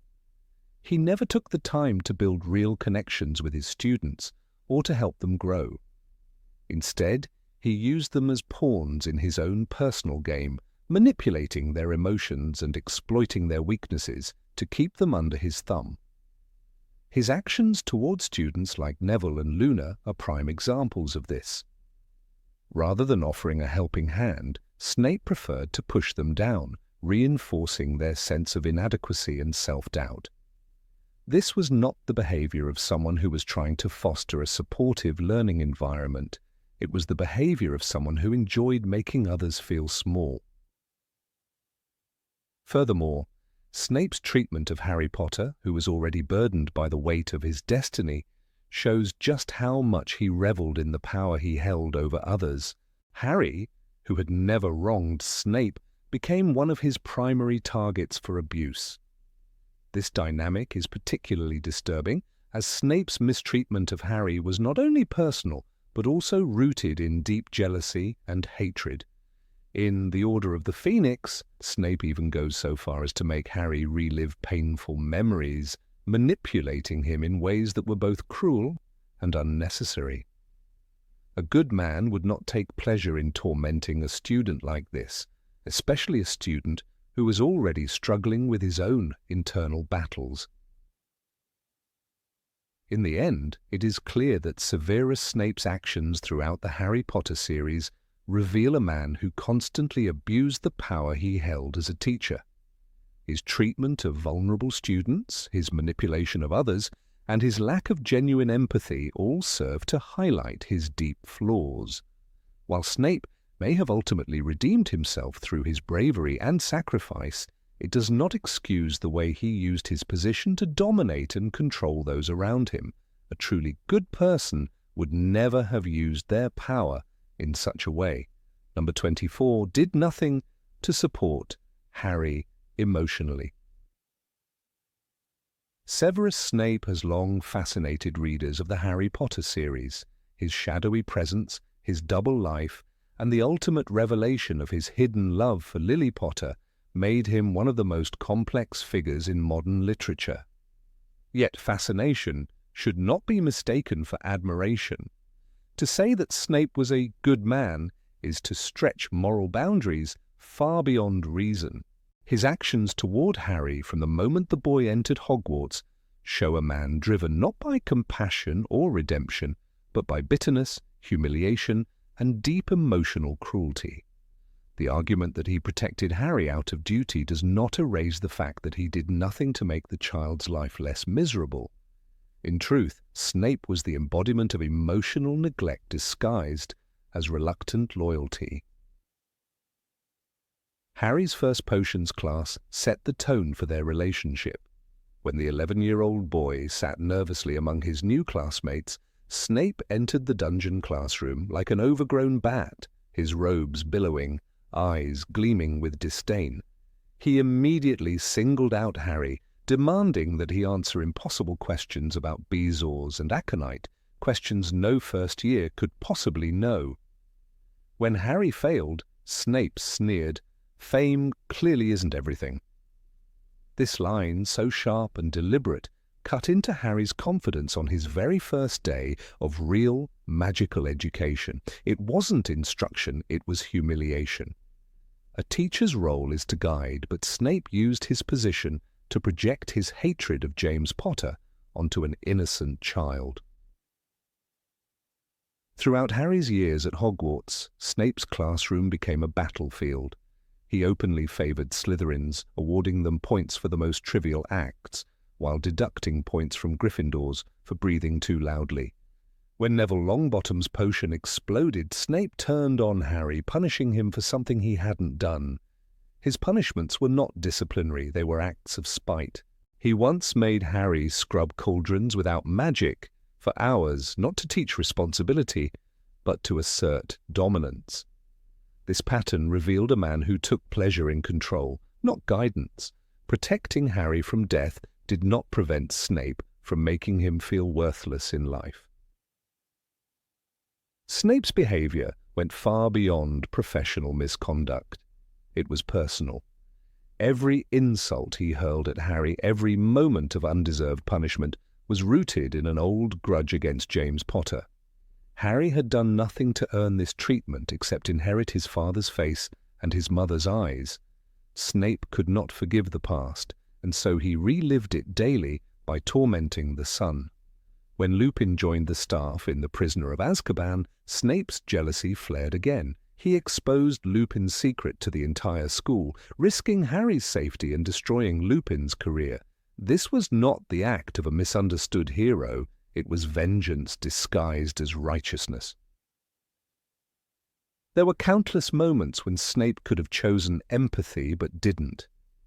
When Harry was humiliated by Draco Malfoy's taunts or isolated by gossip, Snape looked away, or worse, encouraged it. He called Hermione Granger an insufferable know-it-all, crushing the confidence of one of the brightest students at Hogwarts. He mocked Neville for his clumsiness, reducing him to tears in front of the class. When Neville's boggart transformed into Snape, Dumbledore himself saw the danger in such fear and later gently told Harry that Neville's greatest fear was a teacher. That single fact speaks louder than any defense of Snape's supposed heroism. A man whose students feared him more than dark magic is not a good man. The argument often presented in Snape's favour is that he loved Lily Potter, that his anguish over her death justified his every cruel word and action. But love, when twisted by obsession and regret, ceases to be virtuous. Snape's love for Lily did not inspire him to kindness, it fueled his bitterness. His vow to protect her son was not born of affection for Harry, but of guilt for causing her death. In the Deathly Hallows, when Dumbledore tells him that Harry must die to defeat Voldemort, Snape's only concern is Lily's memory. You have kept him alive so he can die at the proper moment. You have used me. His outrage was not for Harry's fate, but for being manipulated through his guilt. A good man would have mourned Lily by protecting her child with compassion. Snape chose instead to guard Harry like a burden he despised. Even in moments that should have revealed tenderness, Snape's heart remained cold. When Harry saw Snape's memories in the pensive, he discovered not warmth, but a lifelong grudge masked by a single, obsessive emotion. The famous word always, uttered in the flicker of his dying breath, has been romanticized endlessly. Yet it was not the declaration of a saint. It was the cry of a man who never let go of his pain, who defined his life by loss rather than growth. Snape's always was not about redemption, it was about fixation. His love for Lily was unfulfilled, unbalanced, and ultimately self-destructive. Snape's role as a double agent further complicates the narrative. He risked his life to pass information to Dumbledore and deceive Voldemort, yes, but he did so not from a love of justice or humanity. He acted to atone for one personal tragedy. His bravery was intellectual, not moral. Dumbledore himself recognized Snape's limitations, telling Harry that he was perhaps the bravest man I ever knew. But bravery is not the same as goodness. A soldier may act bravely for the wrong cause. A spy may sacrifice himself out of guilt rather than love. Snape's bravery did not heal the scars he inflicted on those around him. Even when Snape's actions indirectly saved lives, he made sure Harry never forgot his contempt. During the Order of the Phoenix, when Harry was suffering from nightmares linked to Voldemort, Dumbledore assigned Snape to teach him occlumency. This was a chance for redemption, a chance for Snape to finally help Harry understand and control his emotions. Instead, Snape turned the lessons into emotional warfare. He invaded Harry's mind with hostility, mocked his weakness, and offered no comfort when Harry was overwhelmed. The training ended in disaster not because Harry failed, but because Snape couldn't separate his hatred from his duty. There were moments, subtle yet powerful, that exposed the absence of kindness in Snape's soul. When Sirius Black died, Snape showed no compassion toward Harry's grief. He sneered at Harry's pain, reminding him that Sirius was reckless and foolish. A good person would have seen a child in mourning. Snape saw only an enemy's reflection. When Dumbledore was killed, Snape's actions, though part of the plan, only deepened Harry's trauma. For a young man who had lost every father figure, watching Snape murder Dumbledore confirmed his worst fears, that no adult could be trusted. Snape's cruelty extended beyond Harry himself. It poisoned the atmosphere of the entire school. His sarcasm stifled curiosity, his favoritism bred resentment, and his unchecked authority allowed injustice to flourish. In The Half-Blood Prince, when Harry found Snape's old textbook filled with cruel jinxes and shortcuts, it revealed a man proud of clever malice. The Sectum Sempra curse, hidden in those scribbles, was not the invention of a benevolent mind. It was the work of someone fascinated by control through pain. When Harry used it against Malfoy, the horror of its consequences reflected the darkness that Snape had long nurtured, even as a student. Supporters often argue that Snape's sacrifices in the Deathly Hallows redeem him, that dying for the greater good makes him noble, but dying with guilt is not the same as dying with grace. Snape's final act, giving Harry his memories, was an explanation, not an apology. He never sought forgiveness, never admitted his cruelty, and never showed affection to the boy he supposedly protected. His death was tragic, yes, but tragedy does not equal virtue. He died misunderstood, but not unjustly judged. Even Dumbledore, the only man who truly understood Snape's motives, knew that Snape's soul was fractured. "You are still so blinded by your hatred of James that you cannot see his son for what he is," Dumbledore once told him. That statement, more than any fan theory, defines Snape's moral failure. He was a man who could see the world's deepest secrets, yet remained blind to his own humanity. His intellect was immense, his courage undeniable, but his heart was locked in the past, unable to love beyond the ghost of Lily Potter. Ultimately, Snape represents the tragedy of wasted potential. He could have been a mentor, a guide, even a father figure to the boy he vowed to protect. Instead, he chose bitterness over compassion.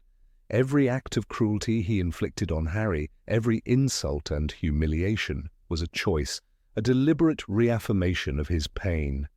He protected Harry's body while slowly crushing his spirit. The boy who could have found solace in a teacher's understanding instead found another enemy within the walls of Hogwarts. Severus Snape was not evil in the traditional sense, but he was not good either. He existed in the grey space between redemption and ruin. His courage did not erase his cruelty. His love did not absolve his hate. The truth is simpler and more painful. Snape was a broken man who chose not to heal. And while readers may sympathize with his suffering, they must not confuse suffering with virtue. A truly good person would have done more than keep Harry alive. He would have made him feel safe. Snape never did. Number 25. Killed Dumbledore without hesitation. On the astronomy tower, beneath a sky bruised with storm clouds and fear, Severus Snape raised his wand and spoke the words that would echo through the wizarding world forever. Avada Kedavra. The jet of green light that followed was not trembling, nor hesitant. It was sharp, precise, and unwavering. Albus Dumbledore's body was thrown backward, and as he fell, the world seemed to stand still. This moment, more than any other, defines Snape's nature. The headmaster of Hogwarts, a man who trusted him above all others, was struck down by the one he had called friend, and the one who killed him did so without a flicker of visible doubt or remorse. Many have argued that Dumbledore himself had asked Snape to perform this act, that the killing was not a murder but a mercy, a piece in a larger plan to protect Draco Malfoy and secure Voldemort's defeat. Yet what lingers is not the reasoning behind the act, but the manner of its execution. Snape did not falter. He did not show grief, horror, or hesitation. He did not whisper an apology. He did not even blink. In that instant, he embodied the cold efficiency of a man who could extinguish a life as easily as one might close a door. Dumbledore's plea, "Severus, please," was not that of a man commanding obedience, but of one begging for understanding. It was the final appeal of a dying soul to a friend he had trusted beyond all reason. Yet Snape's answer was silence, followed by a killing curse so calm it was terrifying. This calmness is what strips him of the moral purity his defenders try to assign. A good man might kill if there were no other choice, but a good man would break in the process. Snape did not. His control was absolute, his will unshaken. The scene becomes even more chilling when we recall the setting that preceded it. Throughout that night, chaos consumed Hogwarts. Death Eaters invaded, students fought. Dumbledore, weakened by the cursed ring that had eaten away at his life, returned to the castle, exhausted and helpless. He asked Snape to help him, not as a servant but as a partner in the war. Snape, in return, offered death. And when he gave it, there was no tremor in his hand. In Harry Potter and the Half-Blood Prince, J.K. Rowling writes, "For a moment, Snape looked as though he was going to speak, but then he raised his wand and pointed it directly at Dumbledore.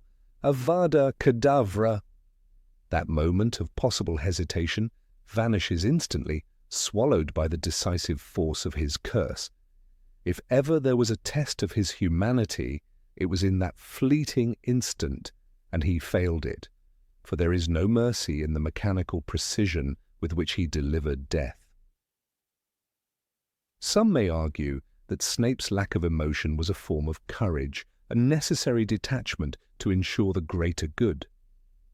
Yet detachment is not a virtue when it comes at the cost of compassion. Dumbledore's death required not merely obedience, but the extinguishing of empathy.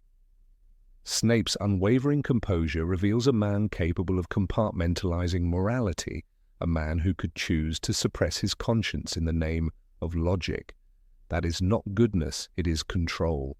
And control without compassion is dangerous. Consider also Snape's lifelong bitterness. His heart was a graveyard of grudges against James Potter, against Sirius Black, against the very world that had once humiliated him. His love for Lily Evans, so often cited as proof of his humanity, was itself possessive, frozen in time, unable to evolve into forgiveness or kindness toward her son. When he looked at Harry, he saw only the reflection of his old rival, and he punished the boy for sins not his own. A man ruled by resentment cannot be called good, no matter how noble his final acts may appear. When Dumbledore placed his trust in Snape, he did so with full knowledge of his flaws. He knew that Snape's allegiance was born of guilt and grief, not pure intention. And yet, even with that knowledge, Dumbledore believed he could guide Snape toward redemption. What he could not foresee, or perhaps what he refused to admit, was how deep Snape's capacity for emotional detachment truly went. When the time came, Snape's loyalty manifested not as love but as obedience. He fulfilled the letter of the agreement but not its spirit. He killed because he promised to, not because his heart understood the cost. The emotional void of that act lingers throughout the final book. In Harry Potter and the Deathly Hallows, Snape's memories reveal a man who mourned Lily, but never Dumbledore. Not once in his recollections does he grieve the death he caused. Instead, he remembers his secret mission, his bargain, his purpose. It is as if the act of killing Dumbledore was just another move in a long and bitter game. Such calculation is not the mark of goodness, it is the mark of a man consumed by duty at the expense of humanity. Even Harry, who comes to understand Snape's hidden sacrifices, never sees warmth in him. When Snape lies dying in the shrieking shack, his final words are not of remorse for Dumbledore or apology for the lives his choices had touched. He simply says, "Look at me," wanting to see Lily's eyes one last time. It is a poignant moment, but it is also selfish. His love remains frozen in the past, untouched by growth or reconciliation. Snape dies clinging to memory, not to mercy. To understand why Snape cannot be called good, one must separate pity from virtue. He is tragic, yes, but tragedy does not equal morality.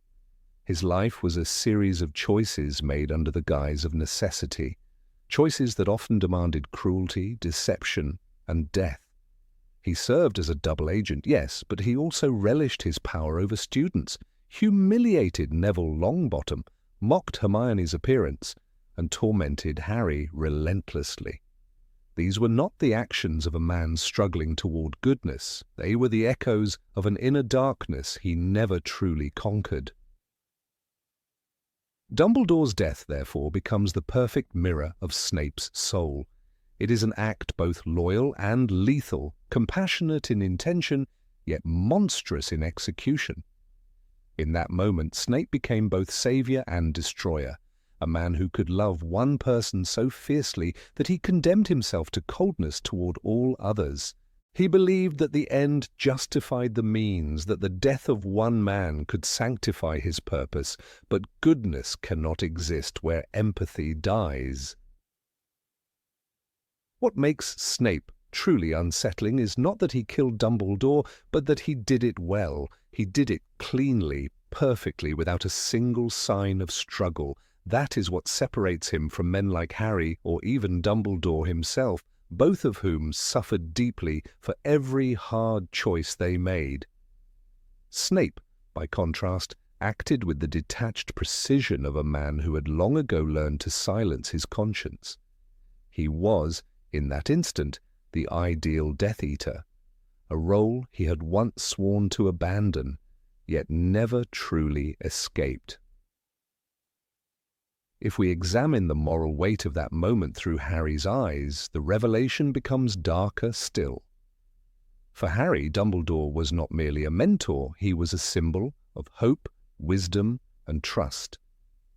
To see him fall at Snape's hand shattered that belief.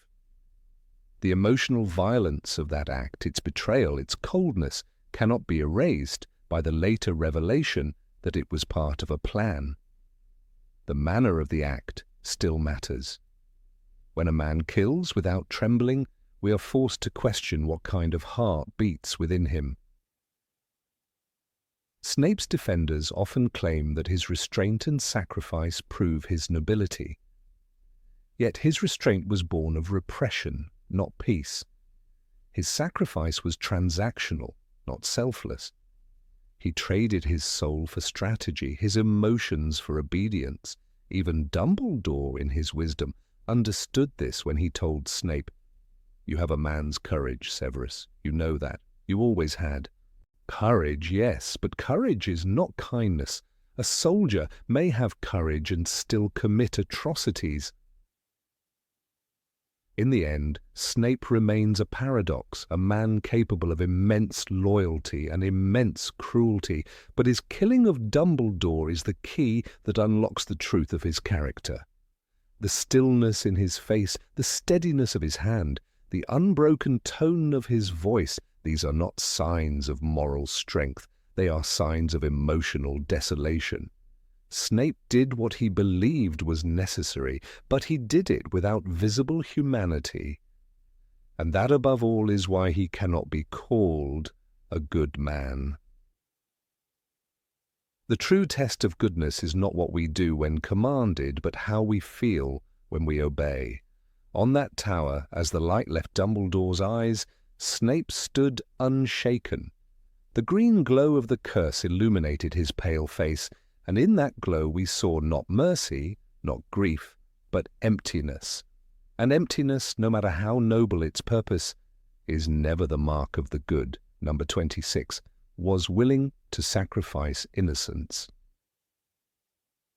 When Severus Snape first pledged his loyalty to Lord Voldemort, he did so with full awareness of what that vow entailed. He was no innocent bystander swept up by circumstance, but an active participant in a movement built on hatred, fear, and supremacy. Voldemort's ideology was never hidden. It glorified the pure blood, despised Muggleborns, and demanded absolute obedience. Snape, intelligent and well-educated in both the magical and moral arts, understood this perfectly. He chose to serve a master whose reign meant torture, murder, and submission. It was not a youthful mistake made in ignorance.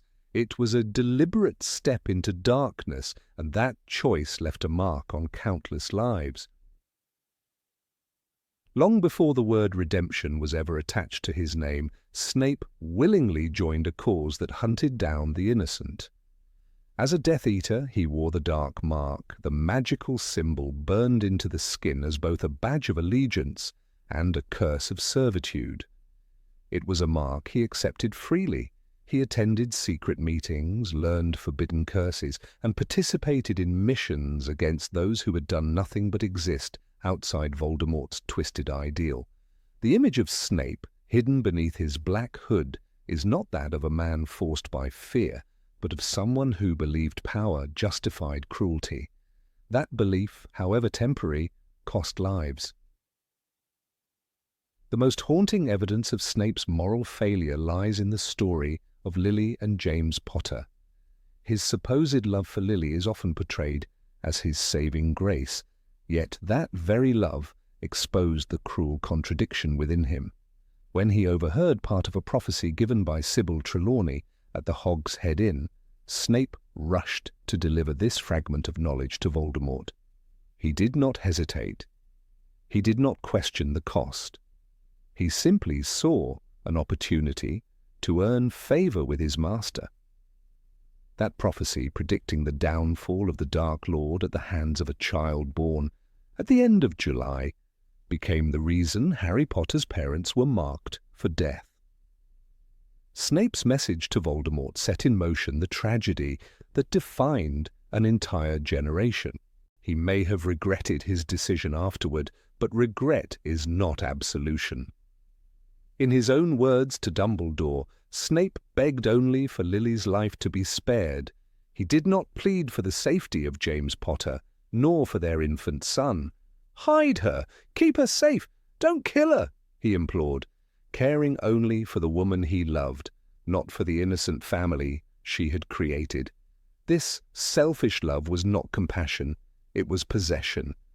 He wanted Lily to live because he wanted her for himself, not because he valued her happiness or her child's life.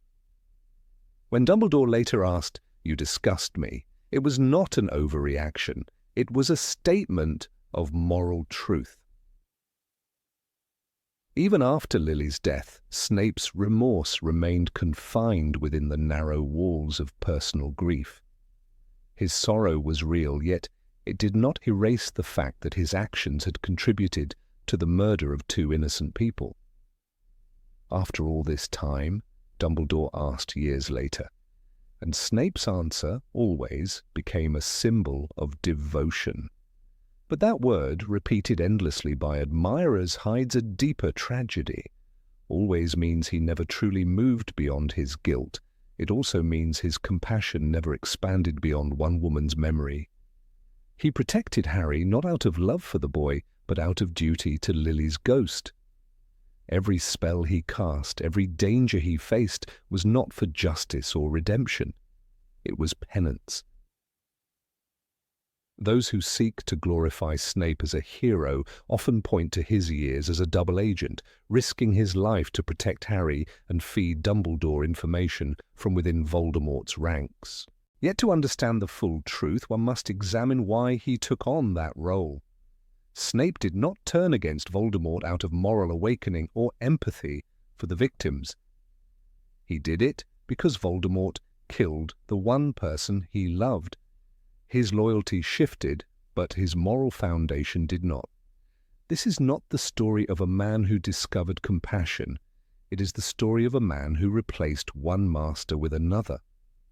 The motivation was personal, not noble. His treatment of students at Hogwarts further exposes his inability to embody the qualities of a truly good man. Harry, Hermione, Neville, each of them experienced Snape's cruelty firsthand. He belittled Neville Longbottom, a boy terrified of his own shadow, once saying that the class would be better off if Neville's toad were turned into a potion instead of his failed attempt. He mocked Hermione for her intellect, calling her an insufferable know-it-all, and delighted in humiliating Harry, often using the boy's resemblance to his father as an excuse for cruelty. This was not the behavior of a reformed soul. It was the bitterness of a man who never forgave the world for not bending to his pain. Snape's intelligence and courage cannot be denied, but bravery alone does not define goodness. Many villains have been brave. Bellatrix Lestrange was fearless. So was Voldemort himself. What separates a hero from a coward is not the absence of fear. It is empathy, compassion, and the ability to value other lives equally. Snape's courage served a narrow purpose. He fought for redemption in his own eyes, not for a world free of tyranny. His death, though dramatic and tragic, was not a sacrifice for the greater good. It was the final act of a man haunted by his mistakes, seeking a kind of moral balance before the end. The argument that Snape changed overlooks the fact that his transformation was incomplete. A truly good person seeks forgiveness not only from others, but from themselves, and strives to repair what they have broken. Snape never faced the families of those who suffered under the Death Eaters. He never confessed his crimes publicly, never sought to make amends to those who lost loved ones because of the cause he once served. His silence protected his cover, yes, but it also shielded him from the consequences of his past. True redemption requires more than secrecy. It requires courage to face judgment. It is important to remember that Snape's crimes were not abstract. People died because of him. The Order of the Phoenix fought battles made harder by his former allegiance. Innocent lives were destroyed, and fear spread across the wizarding world. When Snape stood among the Death Eaters, he was part of that terror. Every curse cast on a Muggle-born, every scream in the dark, was a note in the symphony of evil he helped compose. That music cannot be silenced by one act of bravery or one word of love whispered to a dead woman's portrait. Some defenders claim that Snape's double life, serving both Dumbledore and Voldemort, proves his complexity. But moral complexity is not moral virtue. It is entirely possible to be complicated and still be wrong. Snape's life was indeed tragic, a gifted wizard, misunderstood, burdened by unrequited love, and consumed by bitterness. But tragedy does not equal goodness. A tragic man can still be cruel. A victim of circumstance can still choose to harm others. Snape's pain may explain his actions, but it does not excuse them. His final moments, bleeding on the floor of the shrieking shack, reflect the culmination of a life lived in shadow. As he handed Harry his memories, the truth came into focus, not the truth of a hero, but of a man desperate to be remembered kindly. He wanted Harry to see his sacrifices, to understand the depth of his love for Lily, and perhaps to forgive him. But forgiveness must be earned. The revelation of his motives does not cleanse the past, it merely illuminates it. Even Harry, who later named his son after Snape, did so out of gratitude, not out of blind admiration.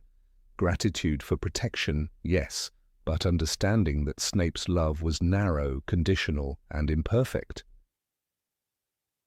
Snape's story resonates because it captures the fragility of human morality.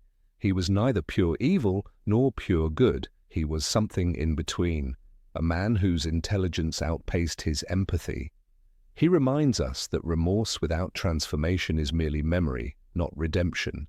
His life is a warning that obsession disguised as love can lead to ruin, and that courage born from guilt cannot wash away the blood of the innocent. The memory of Severus Snape should not be erased, but it should be seen clearly. He was brave, yes, he was loyal in his own twisted way. He suffered, and he paid a heavy price. But he was also cruel, selfish, and complicit in crimes that cannot be undone. His love for Lily Potter may have been deep, but it was not pure. It was stained by jealousy and regret. The child he vowed to protect was the same child he helped orphan. And no matter how much he suffered afterward, the fact remains, he once chose darkness willingly, and countless lives were lost because of that choice. In the end, Snape's story is not one of redemption, but of consequence. He proves that a single act of love cannot erase years of cruelty, and that guilt, though powerful, is not the same as goodness. To call him a good man would be to ignore the screams of those who suffered while he stood among their tormentors. He was a man of immense talent and courage, yes, but also a man who betrayed innocence for ambition, and only later realized the true cost of his loyalty. Snape may have died protecting Harry, but he once lived helping destroy him. And that truth, however uncomfortable, must never be forgotten. Number 27 was cruel even to fellow professors. Severus Snape remains one of the most complex and polarizing figures in the Harry Potter series. Admirers often argue that his actions were guided by hidden heroism, a man condemned by circumstance yet redeemed by sacrifice. But beneath this tragic veneer lies another truth, one darker and less forgiving. Snape's cruelty was not an act of defense or necessity. It was an instinctive expression of power over those weaker or more vulnerable than himself. His interactions with Professor Quirinus Quirrell in Harry Potter and the Philosopher's Stone reveal this aspect of his character more clearly than any other early scene. Through subtle acts of humiliation and intimidation, Snape demonstrated that his disdain was not reserved for enemies, but extended even to his own colleagues long before their true loyalties were known. From the very beginning, Snape's relationship with Quirrell was defined by contempt. Quirrell, timid and stammering, was introduced as the Defense Against the Dark Arts professor, a position that carried prestige but also constant scrutiny. Snape, the potions master, made no effort to conceal his disdain for the man. During the opening feast at Hogwarts, while Dumbledore welcomed the students, Snape's eyes lingered a moment on Professor Quirrell, and a look of disgust crossed his face. This small, seemingly insignificant observation by Rowling is in fact a window into Snape's soul. Quirrell at that time was a colleague, a man entrusted with the safety and education of students. Snape's immediate reaction was not curiosity or professional respect, but revulsion. He looked at Quirrell not as an equal, but as an insect to be crushed. It is true that Quirrell was secretly serving Lord Voldemort. Yet at that point in the story, no one, not even Dumbledore, suspected this. Snape's treatment of him, therefore, cannot be excused as suspicion or moral intuition. His cruelty came unprovoked. He intimidated Quirrell during staff meetings, interrupted him during lessons, and even made cutting remarks in the presence of students. These actions reveal a man who used his authority not to mentor or protect, but to dominate. The cruelty was casual, habitual, part of Snape's daily rhythm. He saw weakness and attacked it, instinctively and without remorse. Rowling gives subtle but powerful hints about Quirrell's fear of Snape. When Harry and Hermione overheard Snape's confrontation with him in the forest, Snape's tone was unmistakably threatening. "You don't want me as your enemy, Quirrell," he hissed, and though the students could not see his expression, the menace in his voice was enough to send chills. Quirrell stammered and made excuses, terrified. At that time, Snape believed Quirrell was trying to steal the Sorcerer's Stone for personal gain. But his method of dealing with the situation Intimidation, bullying, and fear revealed more about Snape's nature than about Quirrell's guilt. A man truly on the side of good would have gone to Dumbledore or sought evidence quietly. Snape chose violence of tone and presence because it satisfied something within him. In the dynamics of Hogwarts, Snape was not just another teacher. He embodied authority twisted by bitterness. His behavior toward Quirrell mirrored his interactions with students like Neville Longbottom, whom he belittled endlessly for his clumsiness and fear. "Why do you all have your wands out?" he once sneered during class, his black eyes flashing. "You don't need them unless I tell you to." That same disdain extended to adults. To Snape, anyone who displayed uncertainty or timidity deserved scorn. Quirrell, with his stutter and nervous mannerisms, became the perfect target. The fact that Quirrell later turned out to be a villain does not cleanse Snape of his earlier cruelty. It merely shows how easily Snape's instincts aligned with hostility, regardless of moral justification. Even before Quirrell's treachery was revealed, the atmosphere between the two men was thick with animosity. Hogwarts students noticed it. Whispers spread about how Snape seemed to bully poor Professor Quirrell at every opportunity. He questioned his competence in front of others, corrected him sharply during meetings, and dismissed his lessons as amateurish. None of these acts served justice or safety. They were performances of superiority. In Snape's mind, Quirrell's weakness was offensive, a mirror of the frailty he despised within himself.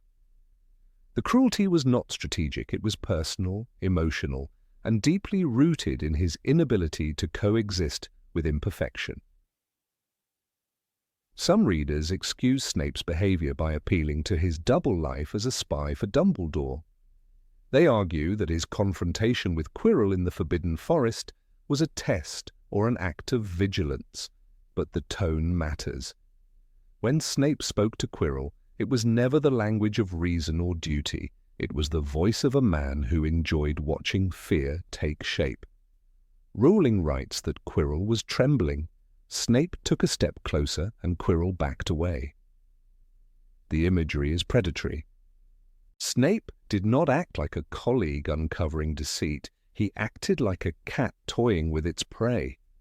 He could have exposed Quirrell through Dumbledore's authority, but instead chose the satisfaction of intimidation. This reveals not courage, but cruelty disguised as control.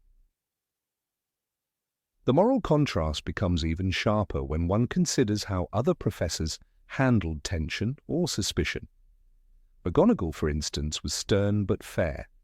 She could reprimand a student or challenge a peer without malice. Lupin, another defense against the dark arts teacher, embodied compassion even toward those who mistrusted him. Snape, by contrast, weaponized fear. His actions were never about order, they were about emotional dominance. His cruelty toward Quirrell was not a singular act, but part of a broader pattern of behavior that defined his character long before the final battles or revelations of loyalty. This pattern of behavior forces us to question what makes someone good. Snape's later heroism protecting Harry, risking his life for Dumbledore's cause, cannot erase the moral corrosion that governed his daily life. His actions toward Quirrell, a man who at that time had done nothing provable against him, expose an enduring flaw, the inability to treat others with empathy. A good person, even under suspicion, seeks justice with integrity. Snape sought control through cruelty. That distinction matters. His motives may have been noble in the abstract, but his methods were not. The tragedy of Snape is not simply that he suffered, but that suffering did not teach him compassion. His life as an outcast at school, bullied by James Potter and others, could have made him understanding of weakness. Instead, he mirrored his tormentors. His treatment of Quirrell reflects that internalized cycle of abuse. When given power, Snape became what he once hated, a man who inflicted fear to assert value. The scene in which he corners Quirrell is the echo of his own teenage humiliation, reversed in direction. Now he was the one towering over another, finally capable of making someone else tremble. Rowling's description of Snape throughout the first book reinforces this image. His cold, sallow skin, greasy black hair, and dark, empty eyes are not just physical features. They are metaphors for moral desolation.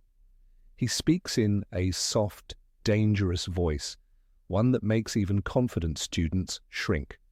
The repetition of these traits underscores his consistency. Snape does not become cruel because of circumstance. He remains cruel regardless of it. His aggression toward Quirrell thus fits seamlessly into his established identity. It is not the act of a misunderstood hero, but the natural behavior of a man accustomed to wielding pain. Some may argue that Snape's cruelty served as a defensive mechanism, a shield against emotional vulnerability, but defense requires provocation, and Quirrell never threatened him directly, at least not in the open. Snape's hostility came first. It was not protection, it was assertion. He wanted to make sure that no one in Hogwarts, not even a fellow professor, could forget who held the intellectual and moral high ground in his mind.